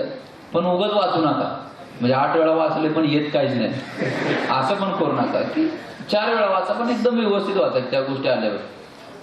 आणि दुसरी गोष्ट की बरेच जण आता सांगितलं की पहिल्यांदा पुस्तक घेतली लगेच अंडरलाईन करायला चालू करतात. पहिल्या वेळी वाचताना अख्खं पुस्तक IMP वाटतं. त्यामुळे पहिल्या 2-3 रिडिंगला तुम्ही अंडरलाईन करू नका. 3ऱ्या 4थ्या रिडिंगला काही क्वेश्चन पेपर बघितल्यानंतर मागच्या वर्षीचे वगैरे प्रश्न कसे विचारले, मग त्यानंतर तुम्हाला ते अंडरलाईन केलं तरी चालेल. पण एक काळजी घ्या किंवा अंडरलाईन करताना व्यवस्थित करा. त्याच्या शेजारी तुम्ही लिहिलं, समजा हा प्रश्न 2012 साली आला होता, तसे स्टार वगैरे करा. पण काळजी, काही जण कसे करतात, ठराविक ठिकाणी अंडरलाईन, काही जण अख्ख्या पुस्तकाला अंडरलाईन करतात. म्हणजे पहिल्यांदा लाल न हे करायचं, परत निळी, परत ते मार्कर घ्यायचा, मग 4थ्या वेळी काय केले तेच कळत नाही. असं पण बऱ्याच वेळा होतं. आणि नोट्स दुसरा प्रश्न आहे की 100% असा प्रश्न विचार की नोट्स तुम्ही काढता की नाही. मग बऱ्याच जणांना नोट्स काढणं म्हणजे कसं की हाय असं पुस्तक उतरवलं जातं. मग त्या नोट्सचा उपयोग काय? नोट्स काढायचे असतील त्या एकदम शॉर्ट काढा. शॉर्ट नोट्स पण तुम्हाला कळल्या पाहिजेत. शॉर्ट नोट्स काढा. समजा आता पेपर 12 वाजता आहे आणि तुम्ही 9 वाजता वाचायला चालू केलं तर 11 वाजेपर्यंत तुमचं 2 तासात तो विषय वाचून झाला पाहिजे. तेवढ्याच बसतील तेवढ्याच नोट्स काढा. म्हणजे त्या मायक्रो नोट्स काढता येतील तर तशा काढा. बऱ्याच विद्यार्थ्यांच्या मनामध्ये एक द्वंद्व असतं किंवा आता IAS अधिकारी बालाजी मंजुळे यांनी सुद्धा आपल्या भाषणात सांगितलं की MPSC आणि UPSC दोन्ही परीक्षांची तयारी एकदम केली. काही मुलांना असं वाटतं की हे दोन्ही एकदम कसं होऊ शकतं, पॅटर्न चेंज आहे, म्हणजे मुख्य परीक्षेला लिहावं लागतं UPSCला किंवा पॅटर्न चेंज आहे, एकत्र करता येत नाही असं काही जणांना वाटतं. आणि काही जणांना वाटतं दोन्ही शेवटी स्पर्धा परीक्षा आहेत, एकत्रित अभ्यास करता येतो. तर आपलं काय मत आहे? एक थोडासा यात फरक पडतो. आदरणीय मंजुळे साहेबांनी ज्यावेळी परीक्षा दिली त्यावेळी राज्यसेवा मुख्य परीक्षा ही डिस्क्रिप्टिव्ह होती. त्यामुळे बऱ्याचशा गोष्टी इकडे ज्या आहेत त्या तिकडे लिहित आहेत. परंतु सध्या थोडंसं असं झालंय की राज्यसेवा मुख्य परीक्षा ही पण ऑब्जेक्टिव्ह झाली आहे. त्यामुळे थोडासा अँगल हा वेगळा राहतो. ज्यावेळी डिस्क्रिप्टिव्ह असतं त्यावेळी तुम्हाला थोडेसे मुद्दे लक्षात ठेवून किंवा ते विस्तारानं मांडण्याची शैली, तुमचा म्हणजे लिहिण्याचा सराव वगैरे ह्या सगळ्या गोष्टी, त्यात थोडंसं आकडेवारी कमी जास्त झालं, एखादा आकडा कमी जास्त झाला किंवा एकदम स्पेसिफिक माहीत नसलं तरी चालतं. कारण तुम्हाला डिस्क्रिप्टिव्ह लिहायचं असतं, तुम्हाला आकडा चेक करायचा प्रश्न. परंतु जर ऑब्जेक्टिव्ह मध्ये असं आहे की ते थोडंसं एकदम टू बी स्पेसिफिक त्या गोष्टी लागतात. माझ्यासोबत आता जे काही मित्र आहेत जे MPSC झाले त्यांनी जवळपास 1-2-3 अटेम्प्ट UPSC दिल्यानंतर परत ते यांनी MPSC देऊन यश मिळवलेलं आहे. त्यामुळे माझं असं सांगणं आहे की तुम्हाला जर UPSC आणि MPSC करायचे असेल तर सुरुवातीला 1-2 वर्ष UPSC तुम्ही करा सलग, 2-1 वर्ष. समजा तिकडं दुर्दैवानं काही नाही झालं तर ऑटोमॅटिक तिथं बऱ्याचशा गोष्टींचं फाउंडेशन तुमचं झालं असतं, खूप काही गोष्टी शिकल्या असतात. त्याच्यावर तुम्हाला 6 महिने वर्षात तुम्हाला MPSC आरामशीर करता येईल. आपण असं केलं होतं, UPSCची तयारी केली होती आधी, म्हणजे आता आपण UPSC देणार आहात? सर मी UPSC तयारी केली नव्हती. मला आधी गॅरंटी नव्हती माझ्या स्वतःवर. म्हणजे मुख्य प्रॉब्लेम आहे की मला लिहिणं जास्त जमत नाही. म्हणजे मला तेवढं स्पीड नाही, माझं अक्षर खराब आहे, ह्या सगळ्या गोष्टीच्या मला मर्यादा माहिती होत्या. त्यामुळे MPSC ऑब्जेक्टिव्ह झाल्यामुळं की मला वाटलं की आपल्या जरा हे जमू शकेल आपणाला. त्यामुळे माझा त्याच्याकडे एवढा कल नव्हता. त्यामुळे मी पूर्णतः MPSC वर फोकस केला. परंतु आता ह्या वर्षी 14 साली मात्र MPSCच्या फाउंडेशनवर मी UPSC पूर्व परीक्षा पास झालो होतो आणि त्यामुळे मी त्याची मुख्य परीक्षा पण दिली होती. डिस्क्रिप्ट एक 2-3 महिन्याचा त्याचा अभ्यास करून त्याची दिली होती. आणि मग त्यामुळं तो पण आता बेसिक फरक पडतो. जो अँगलमध्ये जो आहे तुम्हाला सांगितलं की MPSCचं करताना टू बी स्पेसिफिक राहण्याचा जो आकडा वगैरे किंवा जे आकडेवारी आहे तो बघण्याचा एक हे राहते. आणि UPSC थोडंसं वेगळा अँगल लागतो. तर त्यामुळे ते डिस्क्रिप्टिव्ह करताना थोडेसे प्रॉब्लेम येतात. परंतु आता माझ्यासाठी आकडे देण्यात ठेवायची गरज उरलेली नाहीये. त्यामुळे मी आता ते डिस्क्रिप्टिव्ह कसं लिहिता येईल याची मी प्रॅक्टिस करतोय आणि मला माझा प्रयत्न हा चालूच राहील. आता ही विस्तारानं जी उत्तरं लिहायची आहेत त्यामध्ये अक्षरांना किती महत्व आहे? आज 23 जानेवारी जागतिक हस्ताक्षर दिन आहे आणि आपण उल्लेख केला की अक्षर व्यवस्थित नसल्यामुळे मी तिकडे आधी लक्ष दिलं नाही. तर इथं हस्ताक्षरांना किती महत्व आहे? अक्षरापेक्षा स्पीड नाही आहे मला तितकं हे सगळ्यात महत्वाची गोष्ट आहे. ह्यात एक गोष्ट मॅटर आहे, अक्षरापेक्षा स्पीड तुम्हाला असणं गरजेचं आहे. तुम्ही वेगात उत्तर लिहिता येणं आणि विचारशक्ती वगैरे ह्या सगळ्या गोष्टी आल्या म्हणजे तुम्हाला ते फुलवून सांग असतंच येणं. असं अक्षर असलं तर काय करणार ते? डॉक्टरांसारखे अक्षर चालत नाही. डॉक्टरांसारखे अक्षर न्यायचं. आणि म्हणजे अक्षर चांगलं असलं तर एक पॉझिटिव्ह इम्प्रेशन राहतं. तुम्ही स्वतःचा विचार करा, आपण एखाद्याचा अक्षर बोलला अरे हो किती छान लिहिले होणार म्हणून, आणि एखाद्यानं पेपर चेक करायला घेतला आणि सुंदर अक्षर दिसलं, नकळत 4-5 मार्क हे जास्त 100% जातात. सर आपण स्वतः आता UPSCची पण तयारी करताय, तर आता आपला आहे तो व्याप सांभाळून किती वेळ आपण या अभ्यासासाठी देत आहे? सध्या आमचं थोडंसं ट्रेनिंग चालू आहे त्यामुळं एवढं जास्त मला हे नाही म्हणजे कामाचा लोड नाही. परंतु यासाठी कसं आहे की मी STI असताना कोल्हापूरला होतो, तिथं मी अभ्यास करत. त्यामुळे दिवसाचं आता मला वेळ काढते. मी कधी वाचू शकतो, सकाळपर्यंत वाचू शकतो 11 पर्यंत, नंतर ऑफिस जाऊन संध्याकाळी परत 6 नंतर वाचू शकतो. पण ज्यावेळी काम चालू होईल त्यावेळी थोडंसं संध्याकाळी करणं हे थोडंसं मुश्किल होत जाणार आहे. त्यासाठी माझं निर्णय की सकाळी थोडंसं लवकर हे करून, सकाळी डोकं फ्रेश असेल, कामाचं जे फुलमूल लागण्याआधी 3-4 तास जे मिळतील त्यात करून घेऊन दिवसभरासाठी कामासाठी मोकळं होता येईल. एक असं थोडंसं हे कसं असतं की हे जे आहे ना हे तुमच्या कामाच्या रुटीननुसार ते आपल्याला ऍडजस्ट करावं लागतं. ह्यासाठी असा फॉर्म्युला नाही की कसं करता. आपलं उपजिल्हाधिकारी म्हणून ट्रेनिंग सुरू आहे आणि तिथला अनुभव आम्हाला ऐकायचाच आहे. पण आपण याशिवाय काही छंद जोपासता का आणि त्या छंदांना वेळ काढता का? छंद म्हणजे की मला वाचनाचा छंद आहे. म्हणजे चांगली पुस्तकं वगैरे वाचणे. आत्ताच आदरणीय शरदचंद्र पवार साहेबांचं लोक माझे सांगाती मला वाटतं मागच्या महिन्यातच झालं, डिसेंबरमध्ये ते पब्लिश झाले. ते पुस्तक मी सध्या वाचतोय की आणि म्हणजे आता 40-50 पानं राहिलेली आहे. मी असं सतत काहीतरी नवीन. परवा मी लेनिनचं एक चरित्र वाचलं, नंतर J.F. रेबेरोनचं एक पुस्तक घेतलं बुलेट फॉर बुलेट. म्हणजे माझं असं मी ठरलं की मी एका महिन्याच्या शेवटी मी काढतो की ह्या महिन्यात आपण किती वाचलं. तर माझा असा प्रयत्न आहे इथून पुढे सुद्धा की एका महिन्यात 2 तरी पुस्तकं आपण वाचायचं. म्हणजे वर्षाला जवळपास 24-25 पुस्तकं आपली होती. असं एक माझं हे आहे. वाचण्याशिवाय फिरण्याचाही छंद आहे. आणि मला असं फिरायला वगैरे आवडतं. म्हणजे कुठं मी आता रिझल्ट लागल्यानंतर इतक्या ठिकाणी फिरलोय. म्हणजे आता कार्यक्रमाच्या निमित्तानं सगळ्या ठिकाणी एसटीन जातो आणि माझे मित्र म्हणणार तू कसा काय इतका फिरतो, तुला कंटाळा येत नाही का? तर ती एक माझी आवड आहे. जिथं मला वेळ मिळेल फिरायला जाणं. मी तुम्हाला सांगितलं की तिथं पण तिथली माहिती घेतो. मी जायच्या आधी तिथलं वाचतो. अजिंठा वेरूळला गेलो तरी ते गुगलवर टाकून बघणार की यात किती लेणी आहेत, काय आहे, स्पेशालिटी काय आहे, त्यातलं कुठलं चालुक्यांच्या काळातलं आहे, राष्ट्रकूट, असं थोड्याशा ह्या गोष्टींची थोडीशी मला आवड आहे. आणि माझ्या काकांमुळे मला पिक्चरची आवड लागलेली आहे. मी लॅपटॉपवर आता पिक्चर बघ, आता थोडे खिशात पैसे आले त्यामुळे थिएटरमध्ये पिक्चर बघणं मला परवडतं. त्यामुळे मी आता शक्यतो नवीन पिक्चर आले की मी थिएटरला बघतो, जास्तीत जास्त बघायचा प्रयत्न करतो. आवडता नायक, आवडती नायिका, आता पुन्हा चित्रपटाचा विषय आला, मुलांना माहित असावं. त्यात ते काय पॉइंट नाही, त्यात काय ज्याची आवड असेल. आमच्या सोलापुरी लोकांना एक सवय आहे, मला अशोक सराफ आवडतो. आणि हिंदीत म्हटलं तर आमिर खान, अमिताभ बच्चन, माधुरी दीक्षित, जरी म्हातारी झाली असल्या तरी काही जणांची पालक टाईट होते हो, आपला पण आवडता हिरो तोच आहे म्हणून. म्हणजे मी पण एमपीएससीत राज्यात पहिला येऊ शकतो अशी स्वप्न बघतात. शुभेच्छा आहेत तुम्हाला, नक्की या. सर, अभ्यासाच्या दृष्टीने या मुलांना काय सांगाल? आता असं विचारलं जातं की मूलमंत्र काय, अभ्यासाचा मूलमंत्र. एक 2-4 बेसिक गोष्टी तुम्हाला सांगतो. त्या अभ्यासाचा मूलमंत्र असा काही नसतो. म्हणजे फक्त कसं आहे, प्रत्येक जण आपापले अनुभव सांगतो. आणि तुम्ही ज्यावेळी यशस्वी व्हाल ते तुम्हालाही तुमच्या वाटचालीत जाणवलेले अनुभव तुम्ही सांगतात. फक्त एक सांगेन की ज्या मला बेसिक गोष्टी वाटल्या की जे मोटिवेशन जे असतं, हे संपूर्ण प्रवासात जे मोटिवेशन असतं ते तुमच्या मनातून यायला पाहिजे. इंटरनल मोटिवेशन पाहिजे, अंतःप्रेरणा पाहिजे. तुम्ही आज माझी मुलाखत ऐकून जाल, दुपारी मंजुळे साहेबांचं तुम्ही भाषण ऐकलं, किंवा तुम्ही नांगरे पाटील साहेबांचं ते बघितलं असेल, तुम्ही क्लिप बघितली असेल, भरत साहेबांचं. हे कसं होतं की हे ऐकलं ना, आपण थोड्या काळासाठीच एकदम हे होतो की म्हणजे आता ऐकले की आता आपणच होणार लगेच.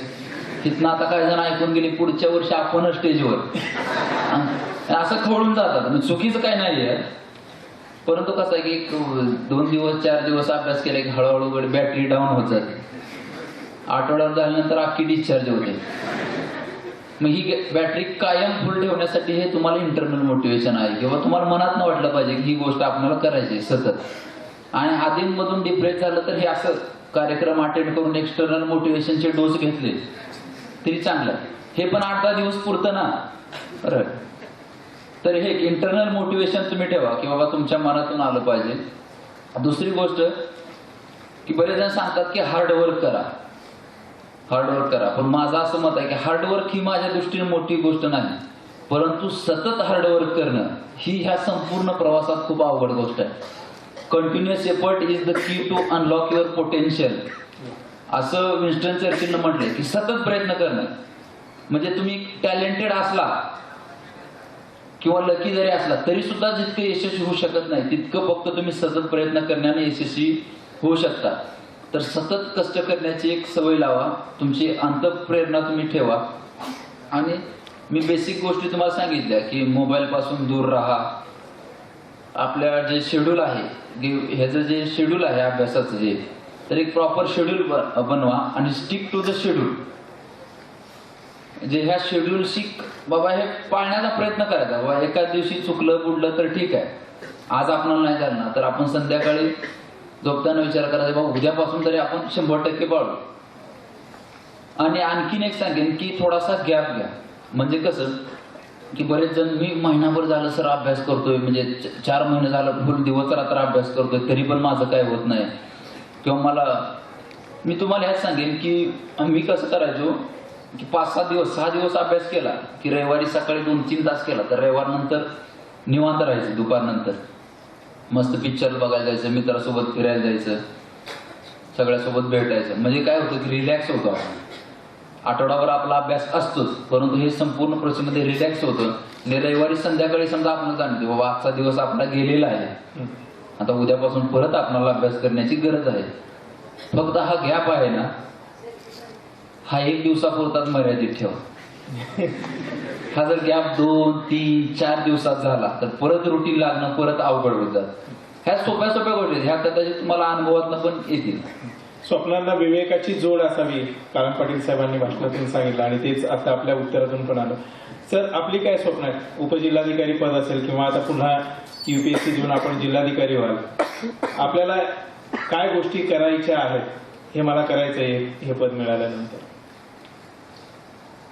कसं आहे, आश्वासन आपण देऊ नाही शकत. सगळ्यात महत्वाचं तेंडुलकर जसं आपल्या बॅटीनं उत्तर देतो, वा, तसं मी माझ्या कामातनं त्याला उत्तर देईन. छान.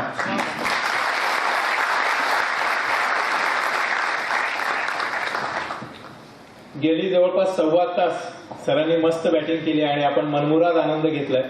आणि खरं तर त्यांच्या या मुलाखतीचा फायदा तेव्हा होणार आहे जेव्हा त्यातून काही प्रबोधन आपलं झालं आणि आपण पेटून उठलो, आपण अभ्यास करू लागलो. आपण रिझल्ट आल्यानंतर जर त्यांना फोन केला, सर तुमची मुलाखत मी ऐकली होती आणि त्यातून मला ऊर्जा मिळाली आणि त्या ऊर्जेच्या जोरावर हे यश मी मिळवलंय, तेव्हा खऱ्या अर्थानं ही मुलाखत सफल होणार आहे. आणखी तुमच्यापैकी अनेकांच्या मनात वेगवेगळे प्रश्न असतील, असे काही प्रश्न असतील जे आता तुम्हाला एक छोटी आता गंमत सांगतो. योगायोग आलेला आहे. तर मी 2009 साली वालचंदला होतो. त्यावेळी आदरणीय बालाजी मंजुळे साहेबांचं ते हे होतं, पेपरला सकाळला बातमी आली होती आणि त्यांचं मी काढून ठेवलं होतं. मी कुठलीच बातमी आजपर्यंत काढून नाही ठेवली, फक्त तेवढीच काढून ठेवली होती. आज त्यांच्यासोबत स्टेजवर बसायचं योग आला. म्हणजे दुसरी गोष्ट, मी विक्रीकर निरीक्षक होतो कोल्हापूरला. आदरणीय तात्या इथं बसलेले आहेत, एकनाथ पाटील साहेब, त्यांचं पुस्तक तुम्ही बघितलं असेल. तर ते मी वाचायचो. म्हणजे आधी सुरुवात माझी त्या पुस्तकापासूनच झालेली आहे. तर त्यांचं मी त्यावेळी पुस्तक वाचलं आणि मी ज्यावेळी कोल्हापूरला गेलो, कदाचित आमचं जास्त भेटणं नाही झालं तिथं, मी त्यांच्याच डिपार्टमेंटला काम केले. म्हणजे मी ज्यांचं वाचलं, ज्यांना बघितलं, आज त्यांच्यासोबत मी स्टेजवर बसलोय. हा एक अनोखा योगायोग आहे, जे म्हणजे कसं जुळून आला तसं तुमचाही येऊ शकेल. सर, आणखी काही गुरु, मार्गदर्शक, शिक्षक यांचा आवर्जून उल्लेख करावासा वाटतो, ज्यांनी तुमच्या या सगळ्या जडणघडणीमध्ये महत्वाचा रोल बजावलेला असेल? खरंच मी कॉलेजला होतो. स्वप्नील पाटील म्हणून आमचा मित्र आहे, IRA झाला, उपळा आहे आपल्या माड्यातला. तो माझा 1 वर्ष सिनियर होता आणि आम्ही एकत्र वगैरे असायचो विविध कार्यक्रमाच्या निमित्तानं वगैरे. 2011 साली तो IRA झाला आणि मग मला वाटलं की बाबा आता त्यानं मार्गदर्शन ठेवले की बा तो सांगायचा असं असं वाचे वाचे. त्यामुळे एक वाटाय हा जर होऊ शकतोय तर आपण का नाही होऊ शकणार. मग ती एक जाणीव, त्याचं मार्गदर्शन लाभलं. ईश्वर दरांडे म्हणून मित्र आहे आमचे सिनियर 1 वर्ष, ते इंडियन फॉरेस्ट सर्व्हिसला झाले, त्यांचं मार्गदर्शन. DYSP मंगेश चव्हाण मित्र आहेत. असे सिनियर होते. आमच्या SC/ST गणेश साबळे म्हणून मित्र होता, की जे माझ्या आधी अभ्यास. फरक काय होता की त्यांनी फक्त माझ्या आधी अभ्यास चालू केला होता. कदाचित मी चालू केला असता तर मी सांगितलं असतं त्यांना, पण ते माझे मित्र चांगले असल्यामुळे आणि मला विश्वास होता हे सांगतील तर आपणाला चांगलंच सांगतील आणि 100% योग्यच सांगतील. त्यामुळे मी बिनधास्तपणे ते जे सांगतील ते करायचं. अशा गोष्टी हे बरोबर नाही, हे चुकीचं आहे. त्यामुळं एक ऑटोमॅटिक. आणि वडिलांचं वगैरे मी सगळ्यात जास्त सांगेन की माझ्या वडिलांचं त्यांनी मला फ्री हँड दिला. की वडिलांचं म्हणजे मला जे निर्णय स्वातंत्र्य जे आहे, मी म्हणतो की बऱ्याचदा वाटतं की आता इंजिनियर झाल्यानंतर म्हणजे आर्थिक परिस्थिती तशी एवढी काही चांगली नव्हती, पण ठीक होते, असं काय वाईट आहे. उगाच गरीब होती म्हणून सांगण्यात पण पॉईंट नसतो. जे आहे ते वास्तव सांगणं योग्य समजतो मी. परंतु त्यांनी असं काही जबाबदारी नाही टाकली बाबा आता तू जॉब करायला पाहिजे किंवा हे नाही. आणि सगळ्यात जास्त योगदान म्हणजे आणखी वडिलांचं आहे, आईचं आहे, माझ्या बहिणीचं आहे. आत्ताच 21 तारखेला तिचं लग्न झालं. म्हणजे माझ्या आधी ती नोकरीला लागली पुण्यामध्ये. म्हणजे माझ्यापेक्षा 3 वर्षांनी लहान आहे आणि माझ्या आधी नोकरी लागली. नोकरी लागली ज्यावेळी कळलं TCSला, त्यावेळी मला दुःख झालं की आनंद झाला कळेना. म्हणजे ते सिलेक्शन झालेला आनंद, पण आपल्या आधी लागले ह्याचं दुःख. आणि गंमतीचा भाग सांगतो, प्रेशर वाढेल. आणि गावाकडे गेल्यानंतर काका वगैरे विचारायचे काय भैया तुझं काय, ती नोकरी लागली. आपण म्हणायचं लेट होईल पण थेट होईल.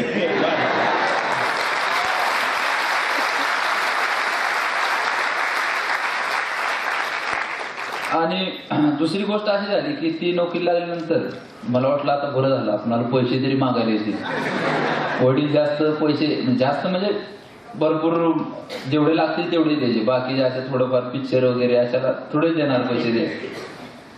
मग बहीण नोकरी लागल्यानंतर मला वाटलं बरं झालं, आता आपल्याला पैसे मागायची सुविधा झाली. मग पहिला 2-3 पगार होऊ दिले. नंतर मग एकदा विचार आला आपण आता पैसे मागायचे तर कसे. एक तर ती आपल्यापेक्षा लहान, आपण मोठे, आपणच तिला पैसे द्यायचे सोडून. मग म्हटलं एकदा लाच सोडली, एकदा लाच सोडल्यावर परत सवय झाली तिची. परिस्थिती आणि स्पर्धा परीक्षा करणाऱ्या लोकांना थोडीफार लाच सोडावी लागते असं आहे. कारण कोण मी गावाकडे वगैरे गेला तुम्ही, आले कलेक्टर साहेब अभ्यास करतायत, तर कलेक्टरची काय अवस्था झालेली असते. परीक्षा पास होत नाही तो वैतागून गेला असतो कलेक्टर, आणि गावाकडचे म्हणतात आले कलेक्टर साहेब. तर म्हणजे थोडस आपण त्या गोष्टी म्हणजे दुर्लक्ष करणं 100% तुम्ही पण फेस केलं. 100% बेस केली. मी सांगितले का आता जे आमच्या आम्हाला राग वगैरे नाही असं की त्यांना मी म्हटले की तुम्हीच असं म्हणत होता की आता रिझल्ट आल्यानंतर प्रतिक्रियातला बदल बघा की तुझं कसं होणार भैया काय होणार. म्हटलं तुम्हीच असं मला म्हणायचं. नाही रे मला माहिती आहे तुझं 100% जगाशी रीत आहे. हा म्हणजे चुकीचं काय जे आहे ते आहे. आपण म्हणजे कोणाबद्दल लाभ नाही धरायचा असं त्यातनं आपण प्रेरणा घ्यायची. आमचा खेडेकर म्हणून मित्र आहे आता 3रा नंबर आला. तो सांगतो की जे कोणी असं म्हणते ना त्यांच्यासोबत एक सेल्फी घ्यायचा आपण. जगात जे आपणाला तुला जमत नाही तुला हे जमत नाही असं जे म्हणतात ते करण्याची गंमत आहे. त्यातला जो आनंद आहे त्यासारखं सुख नाही. त्यामुळे त्याच्यासोबत एक सेल्फी घ्या. रिझल्ट आला की त्याला तो सेल्फी दाखवून द्या.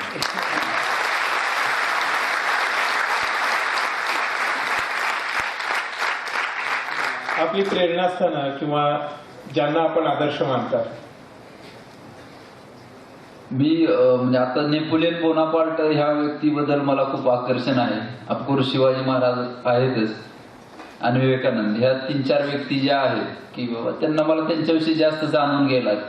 नेपोलियनची मी बरं वाचली त्यांच्या लढाया कशा केल्या किंवा काय केल्या एक राजा कसा असावा. म्हणजे ते जरी इतिहासकाल असतील तरी त्यांच्यातून काही ज्या गोष्टी शिकण्यासारख्या असतात की म्हणजे आपण रिलेटेड. आणखीन एक पॅपिलॉन म्हणून एक पुस्तक होतं तुम्ही वाचलं असेल सर तुम्ही वाचलंय की ते एका फ्रेंच कैद्यावर पुस्तक आहे मराठीत भाषांतर आहे. ते पुस्तक मला म्हणजे खूप आवडलं की बाबा त्याचा जो संघर्ष आहे तुरुंगातून सुटण्यासाठी जो संघर्ष आहे. मी तुम्हाला सांगितलं की माझी वाचनाची आवड आहे तर ह्या गोष्टी तुम्हाला कुठं ना कुठं फायदेशीर होतात. त्या पॅप्युलॉन मध्ये त्याला जवळपास असं कितीतरी वर्ष अंधार कोठडीत ठेवलेला असायचा आणि तो आपली तब्येत आपली प्रकृती चांगली राहण्यासाठी त्या 10 बाय 10च्या खोलीत हेलपाटा घालत असायचा. कारण एका जागी जर बसला आणि शरीराला जर तशी सवय लागली तर तो जगू नाही शकणार. म्हणून तो सतत अंधार कोठडीत तो फिरायला लागला. असं जवळपास 2-3 वर्ष तो राहायचा. अभ्यास करताना मनात विचार यायचा आपणाला 4 तास बसलं तर नको वाटतंय. तो पॅप्युलॉन कसा वेळ मारत असेल अंधार कोठडी जिथं जेवायला मिळत नाही वेळेवर. म्हणजे हा लिटरली मी विचार करायचो कोरेंट करायचो. आपणाला तर काय जास्तच कंटाळा तर बाहेर जाऊन आपण मित्रांशी गप्पा मारू शकतो घरी फोन करू शकतो. त्याला तर ते काहीच नव्हतं. मग आपली त्याच्या मनात कितीतरी चांगली अवस्था आहे. फक्त आपणाला आणखी थोडं बसायचं थोडंसं कष्ट आहे. आपण खूप म्हणजे असं खूप अवघड बघितलं की आपणाला वाटतं की आपण करतो ते खूप सोपं आहे. म्हणजे अशा काही गोष्टी आहेत की याचे प्रेरणा आहेत किंवा अशा ज्या व्यक्ती आहेत त्यातनं या थोडस मला म्हणजे प्रेरणा देतात. पॅपिलॉन खरंच सत्यकथा आहे ती हे विशेष त्याचं. आणि तुम्ही जरूर वाचा ते पुस्तक. जे वाचणारे आवड नाही त्यांच्यात पण आवड निर्माण होईल. कितीही नैराश्य आलं जीवनात तर त्यावर मात करण्याची उर्मी त्या पुस्तकातून मिळते. आणि याच्यावर एक वाक्य सर सांगतो तुम्हाला की जे मला माझ्या काकाने सांगितलं एक चांगलं पुस्तक हे 100 मित्रांसारखं असतं आणि एक चांगला मित्र हा अख्ख्या लायब्ररी इतका असतो. त्यामुळे तुम्ही आपल्या आयुष्यात चांगली पुस्तकं आणि चांगले मित्र हे दोन्ही जोडायचा प्रयत्न करा. ह्या वयात जितके चांगले नंतर आता आमच्या प्रोफेशनल लाईफ मध्ये हो गुड असं चांगलं असं कसं आहे तसं कसं आहे हो छान असं म्हणणारे खूप आम्हाला भेटतील. परंतु जी मैत्री असते जे तुमची चांगली असते ती ह्या वयात असते. तुम्ही चांगले मित्र मी तुम्हाला परत एकदा सांगतो हे पुनरुक्ती होईल की चांगली पुस्तकं चांगले पिक्चर चांगले मित्र आणि भरपूर फिरणं ह्या गोष्टी तुम्ही केल्या तर तुम्ही खूप समृद्ध व्हाल. 100% समृद्ध व्हाल. मी पुन्हा एकदा आपल्याला आठवण करून देतो आपण समारोपाकडे जातोय. तुमच्यापैकी काही जणांच्या मनात या मुलाखतीतून जी उत्तरं तुम्हाला अपेक्षित होती पण मिळाली नाहीत असे जर काही प्रश्न असतील मनात तर त्वरित ते प्रश्न आपण मी तुम्हाला माझा नंबर देतो. पुस्तकाविषयी मी आता तुम्हाला सांगणार नाही. मी तुम्हाला त्या व्हॉट्सअपला मी तुम्हाला पाठवून देईन की काय पुस्तकं कोणत्या विषयाची वाचायची. 9028 55 9218 9028 55 92 18. फक्त मी गप्पा मारत नाही बसणार हाय सर वगैरे असं. फक्त तुम्हाला टू दी पॉइंट ज्या अडचणी असतील त्या तुम्ही व्हॉट्सअपला पाठवल्या फोन जरी केला तरी मी माझ्या वेळेने तुम्हाला सांगेन किंवा आपण मेसेज एक केला. गोष्ट लक्षात घ्यावी, महाराष्ट्रभरातून त्यांना अनेक विद्यार्थी यासाठी संपर्क साधत असतील, त्यांचा व्याप सांभाळून त्यांना या गोष्टी कराव्या लागतील. बिनधास्त करा, फक्त मला मेसेज करा त्याच्या आधी असं. हा. महत्वाच्या ज्या अडचणी असतील त्यावेळी आपण संपर्क साधायला हरकत नाही. एक प्रश्न जो आपल्यापर्यंत आलाय सर, 10वी नंतर त्यांनी ITI केलेलं आहे आणि ITI नंतर YCM मधून BA शिक्षण त्यांनी घेतलंय. तर त्यांच्या मनात एक शंका आहे की त्यांना MPSC UPSC परीक्षा देता येईल का, कारण 12वी झालेली नाही. येते 100%. पदवी असली का संपला विषय तुमची. म्हणजे तिथं त्यांचा क्रायटेरिया आहे की तुमची पदवी असणं म्हणजे ग्रॅज्युएशन कम्प्लीट असणं, हाच तिथं क्रायटेरिया. त्यांना 100% परीक्षा देता येईल. बऱ्याच आणखी एक याच्या अनुषंगानं मला एक आठवलं, बऱ्याच जणांना असं वाटतं की मी फेल झालोय किंवा असं नापास झालो होतो आणि त्याचा काय परिणाम होईल का इंटरव्ह्यूला, असा एक प्रश्न 100% असतो.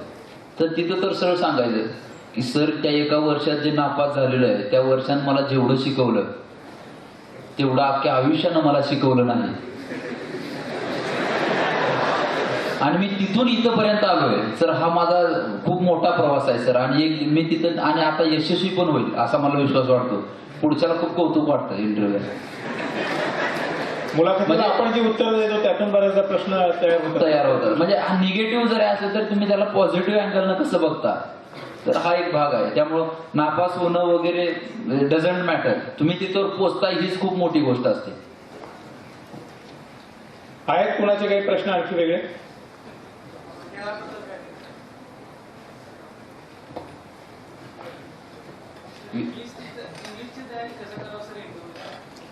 इंटरव्ह्यू साठी इंग्रजीची तयारी कशी करावी? इंटरव्ह्यू साठी म्हणून तुम्ही अशी तयारी करू नका की आता रेग्युलर मंजुळे साहेबांनी सांगितलं की तुम्ही बातम्या बघा, ऐका. ग्रामर चांगलं करण्यासाठी बाळासाहेब ठाकरे त्यांच्यासोबत एक 10-12 डिक्शनरी ठेवायचे अशा वेगवेगळ्या विषयावरच्या. का तर एखादी भाषा शिकणं म्हणजे त्या भाषेतले शब्द शिकणं. तर तुम्ही आता तुमचं जे मी अक्षरशः इंजिनिअरिंग झाल्यानंतर काय शब्द पाठ केलेले आहे, त्यामुळे आता जे 11वी-12वीला ग्रॅज्युएशन असेल तर त्यांनी शब्द पाठ करा. 100% काय पाठ करा इंग्लिशसाठी. वर्ड पॉवर मेडीची नावाचं एक पुस्तक आहे आणि ग्रामरसाठी पाल अँड सूर्य आणि रेन अँड मार्टिन या नावाची 2 पुस्तकं आहेत. ही 3 पुस्तकं जर तुम्ही व्यवस्थित वाचली आणि तुम्ही 5-7 जणांचा ग्रुप केला आणि तुम्ही जर तिथं बोलण्याशी जर सराव केला, सगळ्यात जास्त हे एकदम बेनिफिट आहे.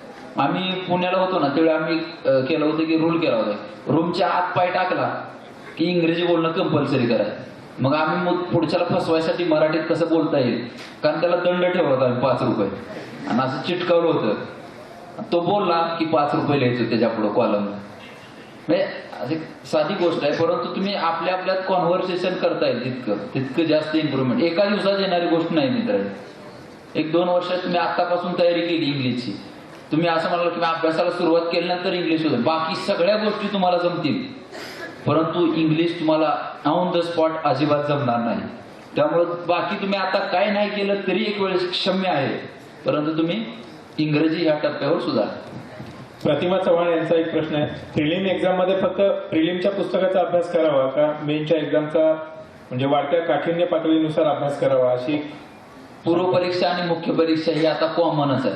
त्यांचा तुम्ही जर सिलेबस बघितला तर हिस्ट्री, जिओग्राफी, राज्यशास्त्र, अर्थशास्त्र, चालू घडामोडी ह्या सगळ्या गोष्टी सारखे. फरक फक्त सायन्स आणि एन्व्हायरमेंट वगैरे आहे, या 2 आणि सीसॅटचा एक पेपर आहे.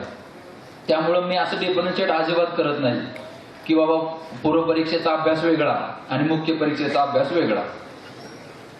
फक्त स्पेसिफिक काय गोष्टी असतात त्या तुम्हाला करावं लागतं. आणि आणखीन असं असेल की STI, PSI, असिस्टंट, बाकीच्या परीक्षा आणि राज्यसेवा याचा मी अभ्यास कसा करू, तर एक सांगेन की राज्यसेवा मुख्य परीक्षेचा अभ्यास केला तरी MPSCतली कुठलीही परीक्षा तुम्ही देऊ शकता.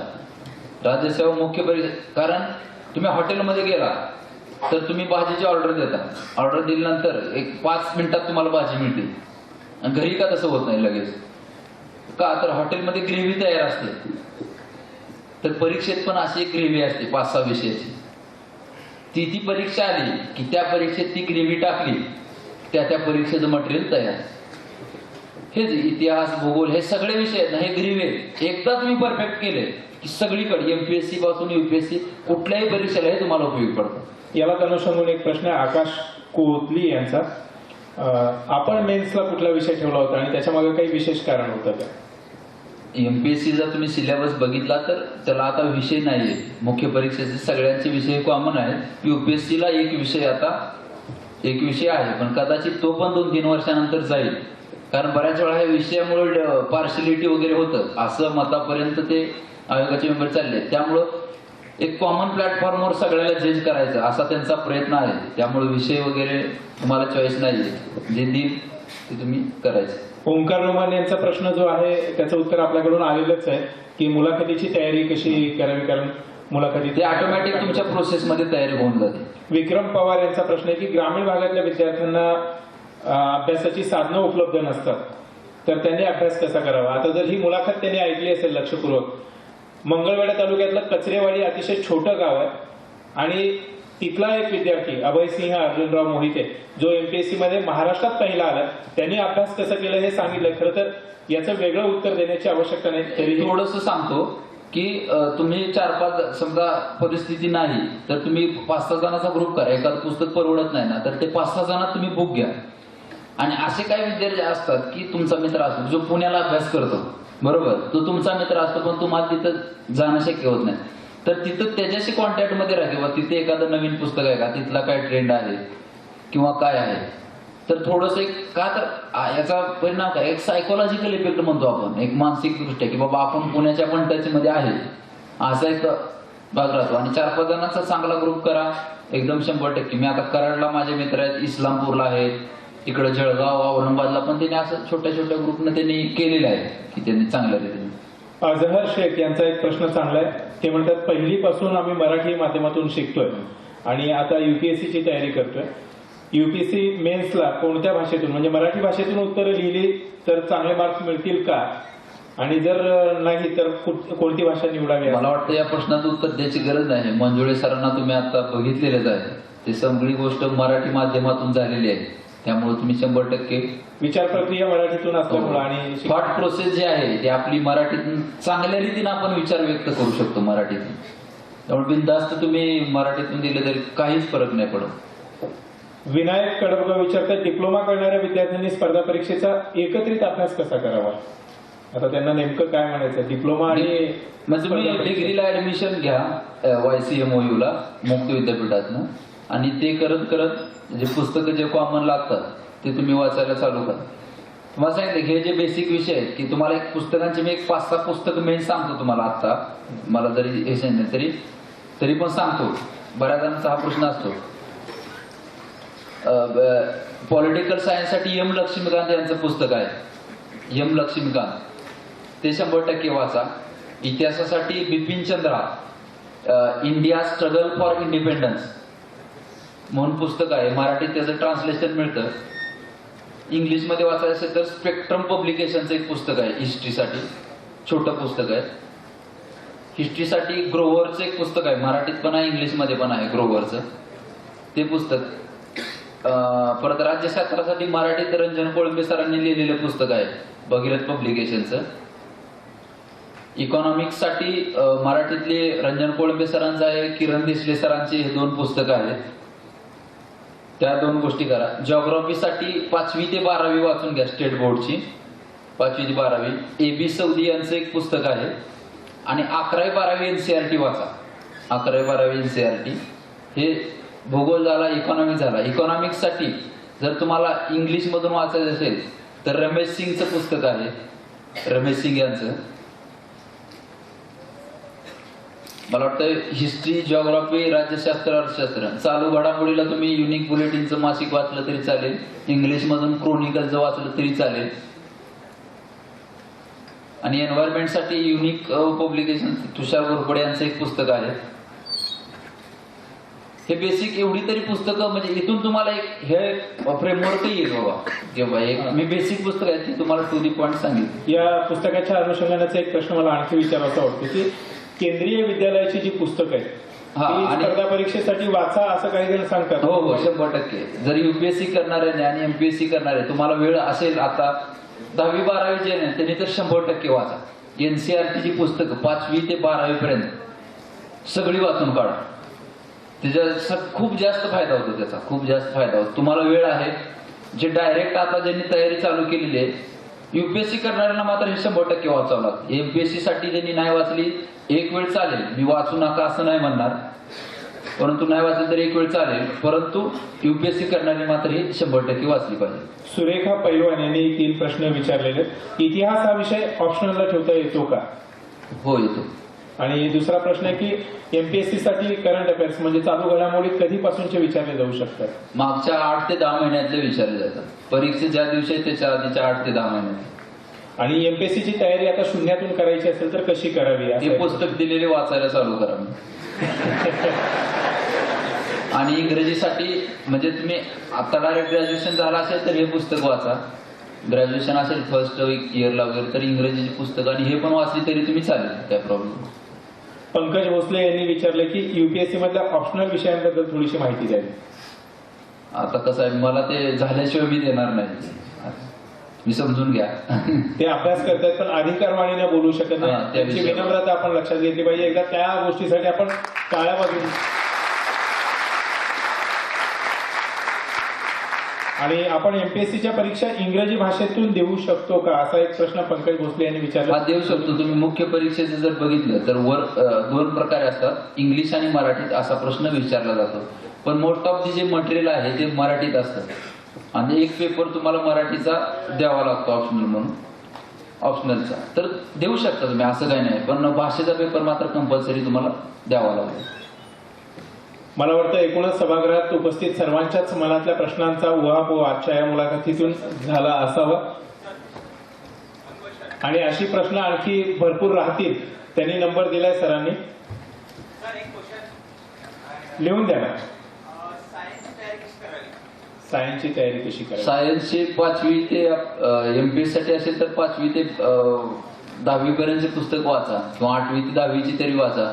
रंजन कोळंबे सरांचं एक आहे छोटं पुस्तक आहे, ते पण तुम्हाला उपयोगी ठरेल. आणि मला वाटतंय दुसऱ्या एका कोणत्या तरी पब्लिकेशन ते 5वी ते 10वीतलं मटेरियल काढलेले पुस्तक आहे, मला वाटतं दीपस्तंभचं वगैरे पुस्तक असेल तर तेही तुम्ही करा.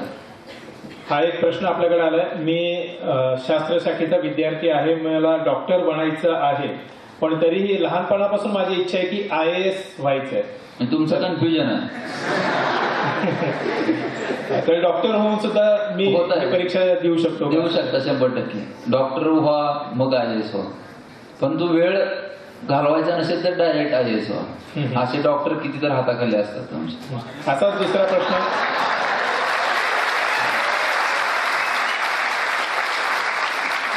ऐश्वर्या भगत यांनी सुद्धा सेम प्रश्न विचारलेला आहे. मित्रांनो,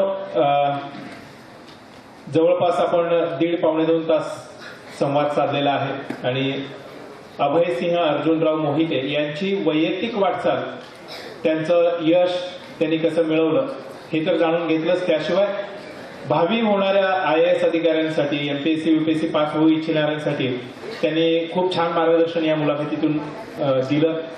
याबद्दल आपण ड्रीम फाउंडेशनच्या वतीनं आणि इथं उपस्थित सर्व स्पर्धा परीक्षा देऊ इच्छिणाऱ्या विद्यार्थ्यांच्या वतीनं त्यांचे आभार व्यक्त करूया. सर, धन्यवाद. आपण इथं आलात आणि आपले अनुभव आमच्याशी शेअर केलेत आणि ज्या वाटेवरून आपण चाललात त्या वाटेची आम्हाला माहिती दिली, त्याबद्दल आपले मनपूर्वक आभार. धन्यवाद सर आणि सगळ्यांना शुभेच्छा. धन्यवाद.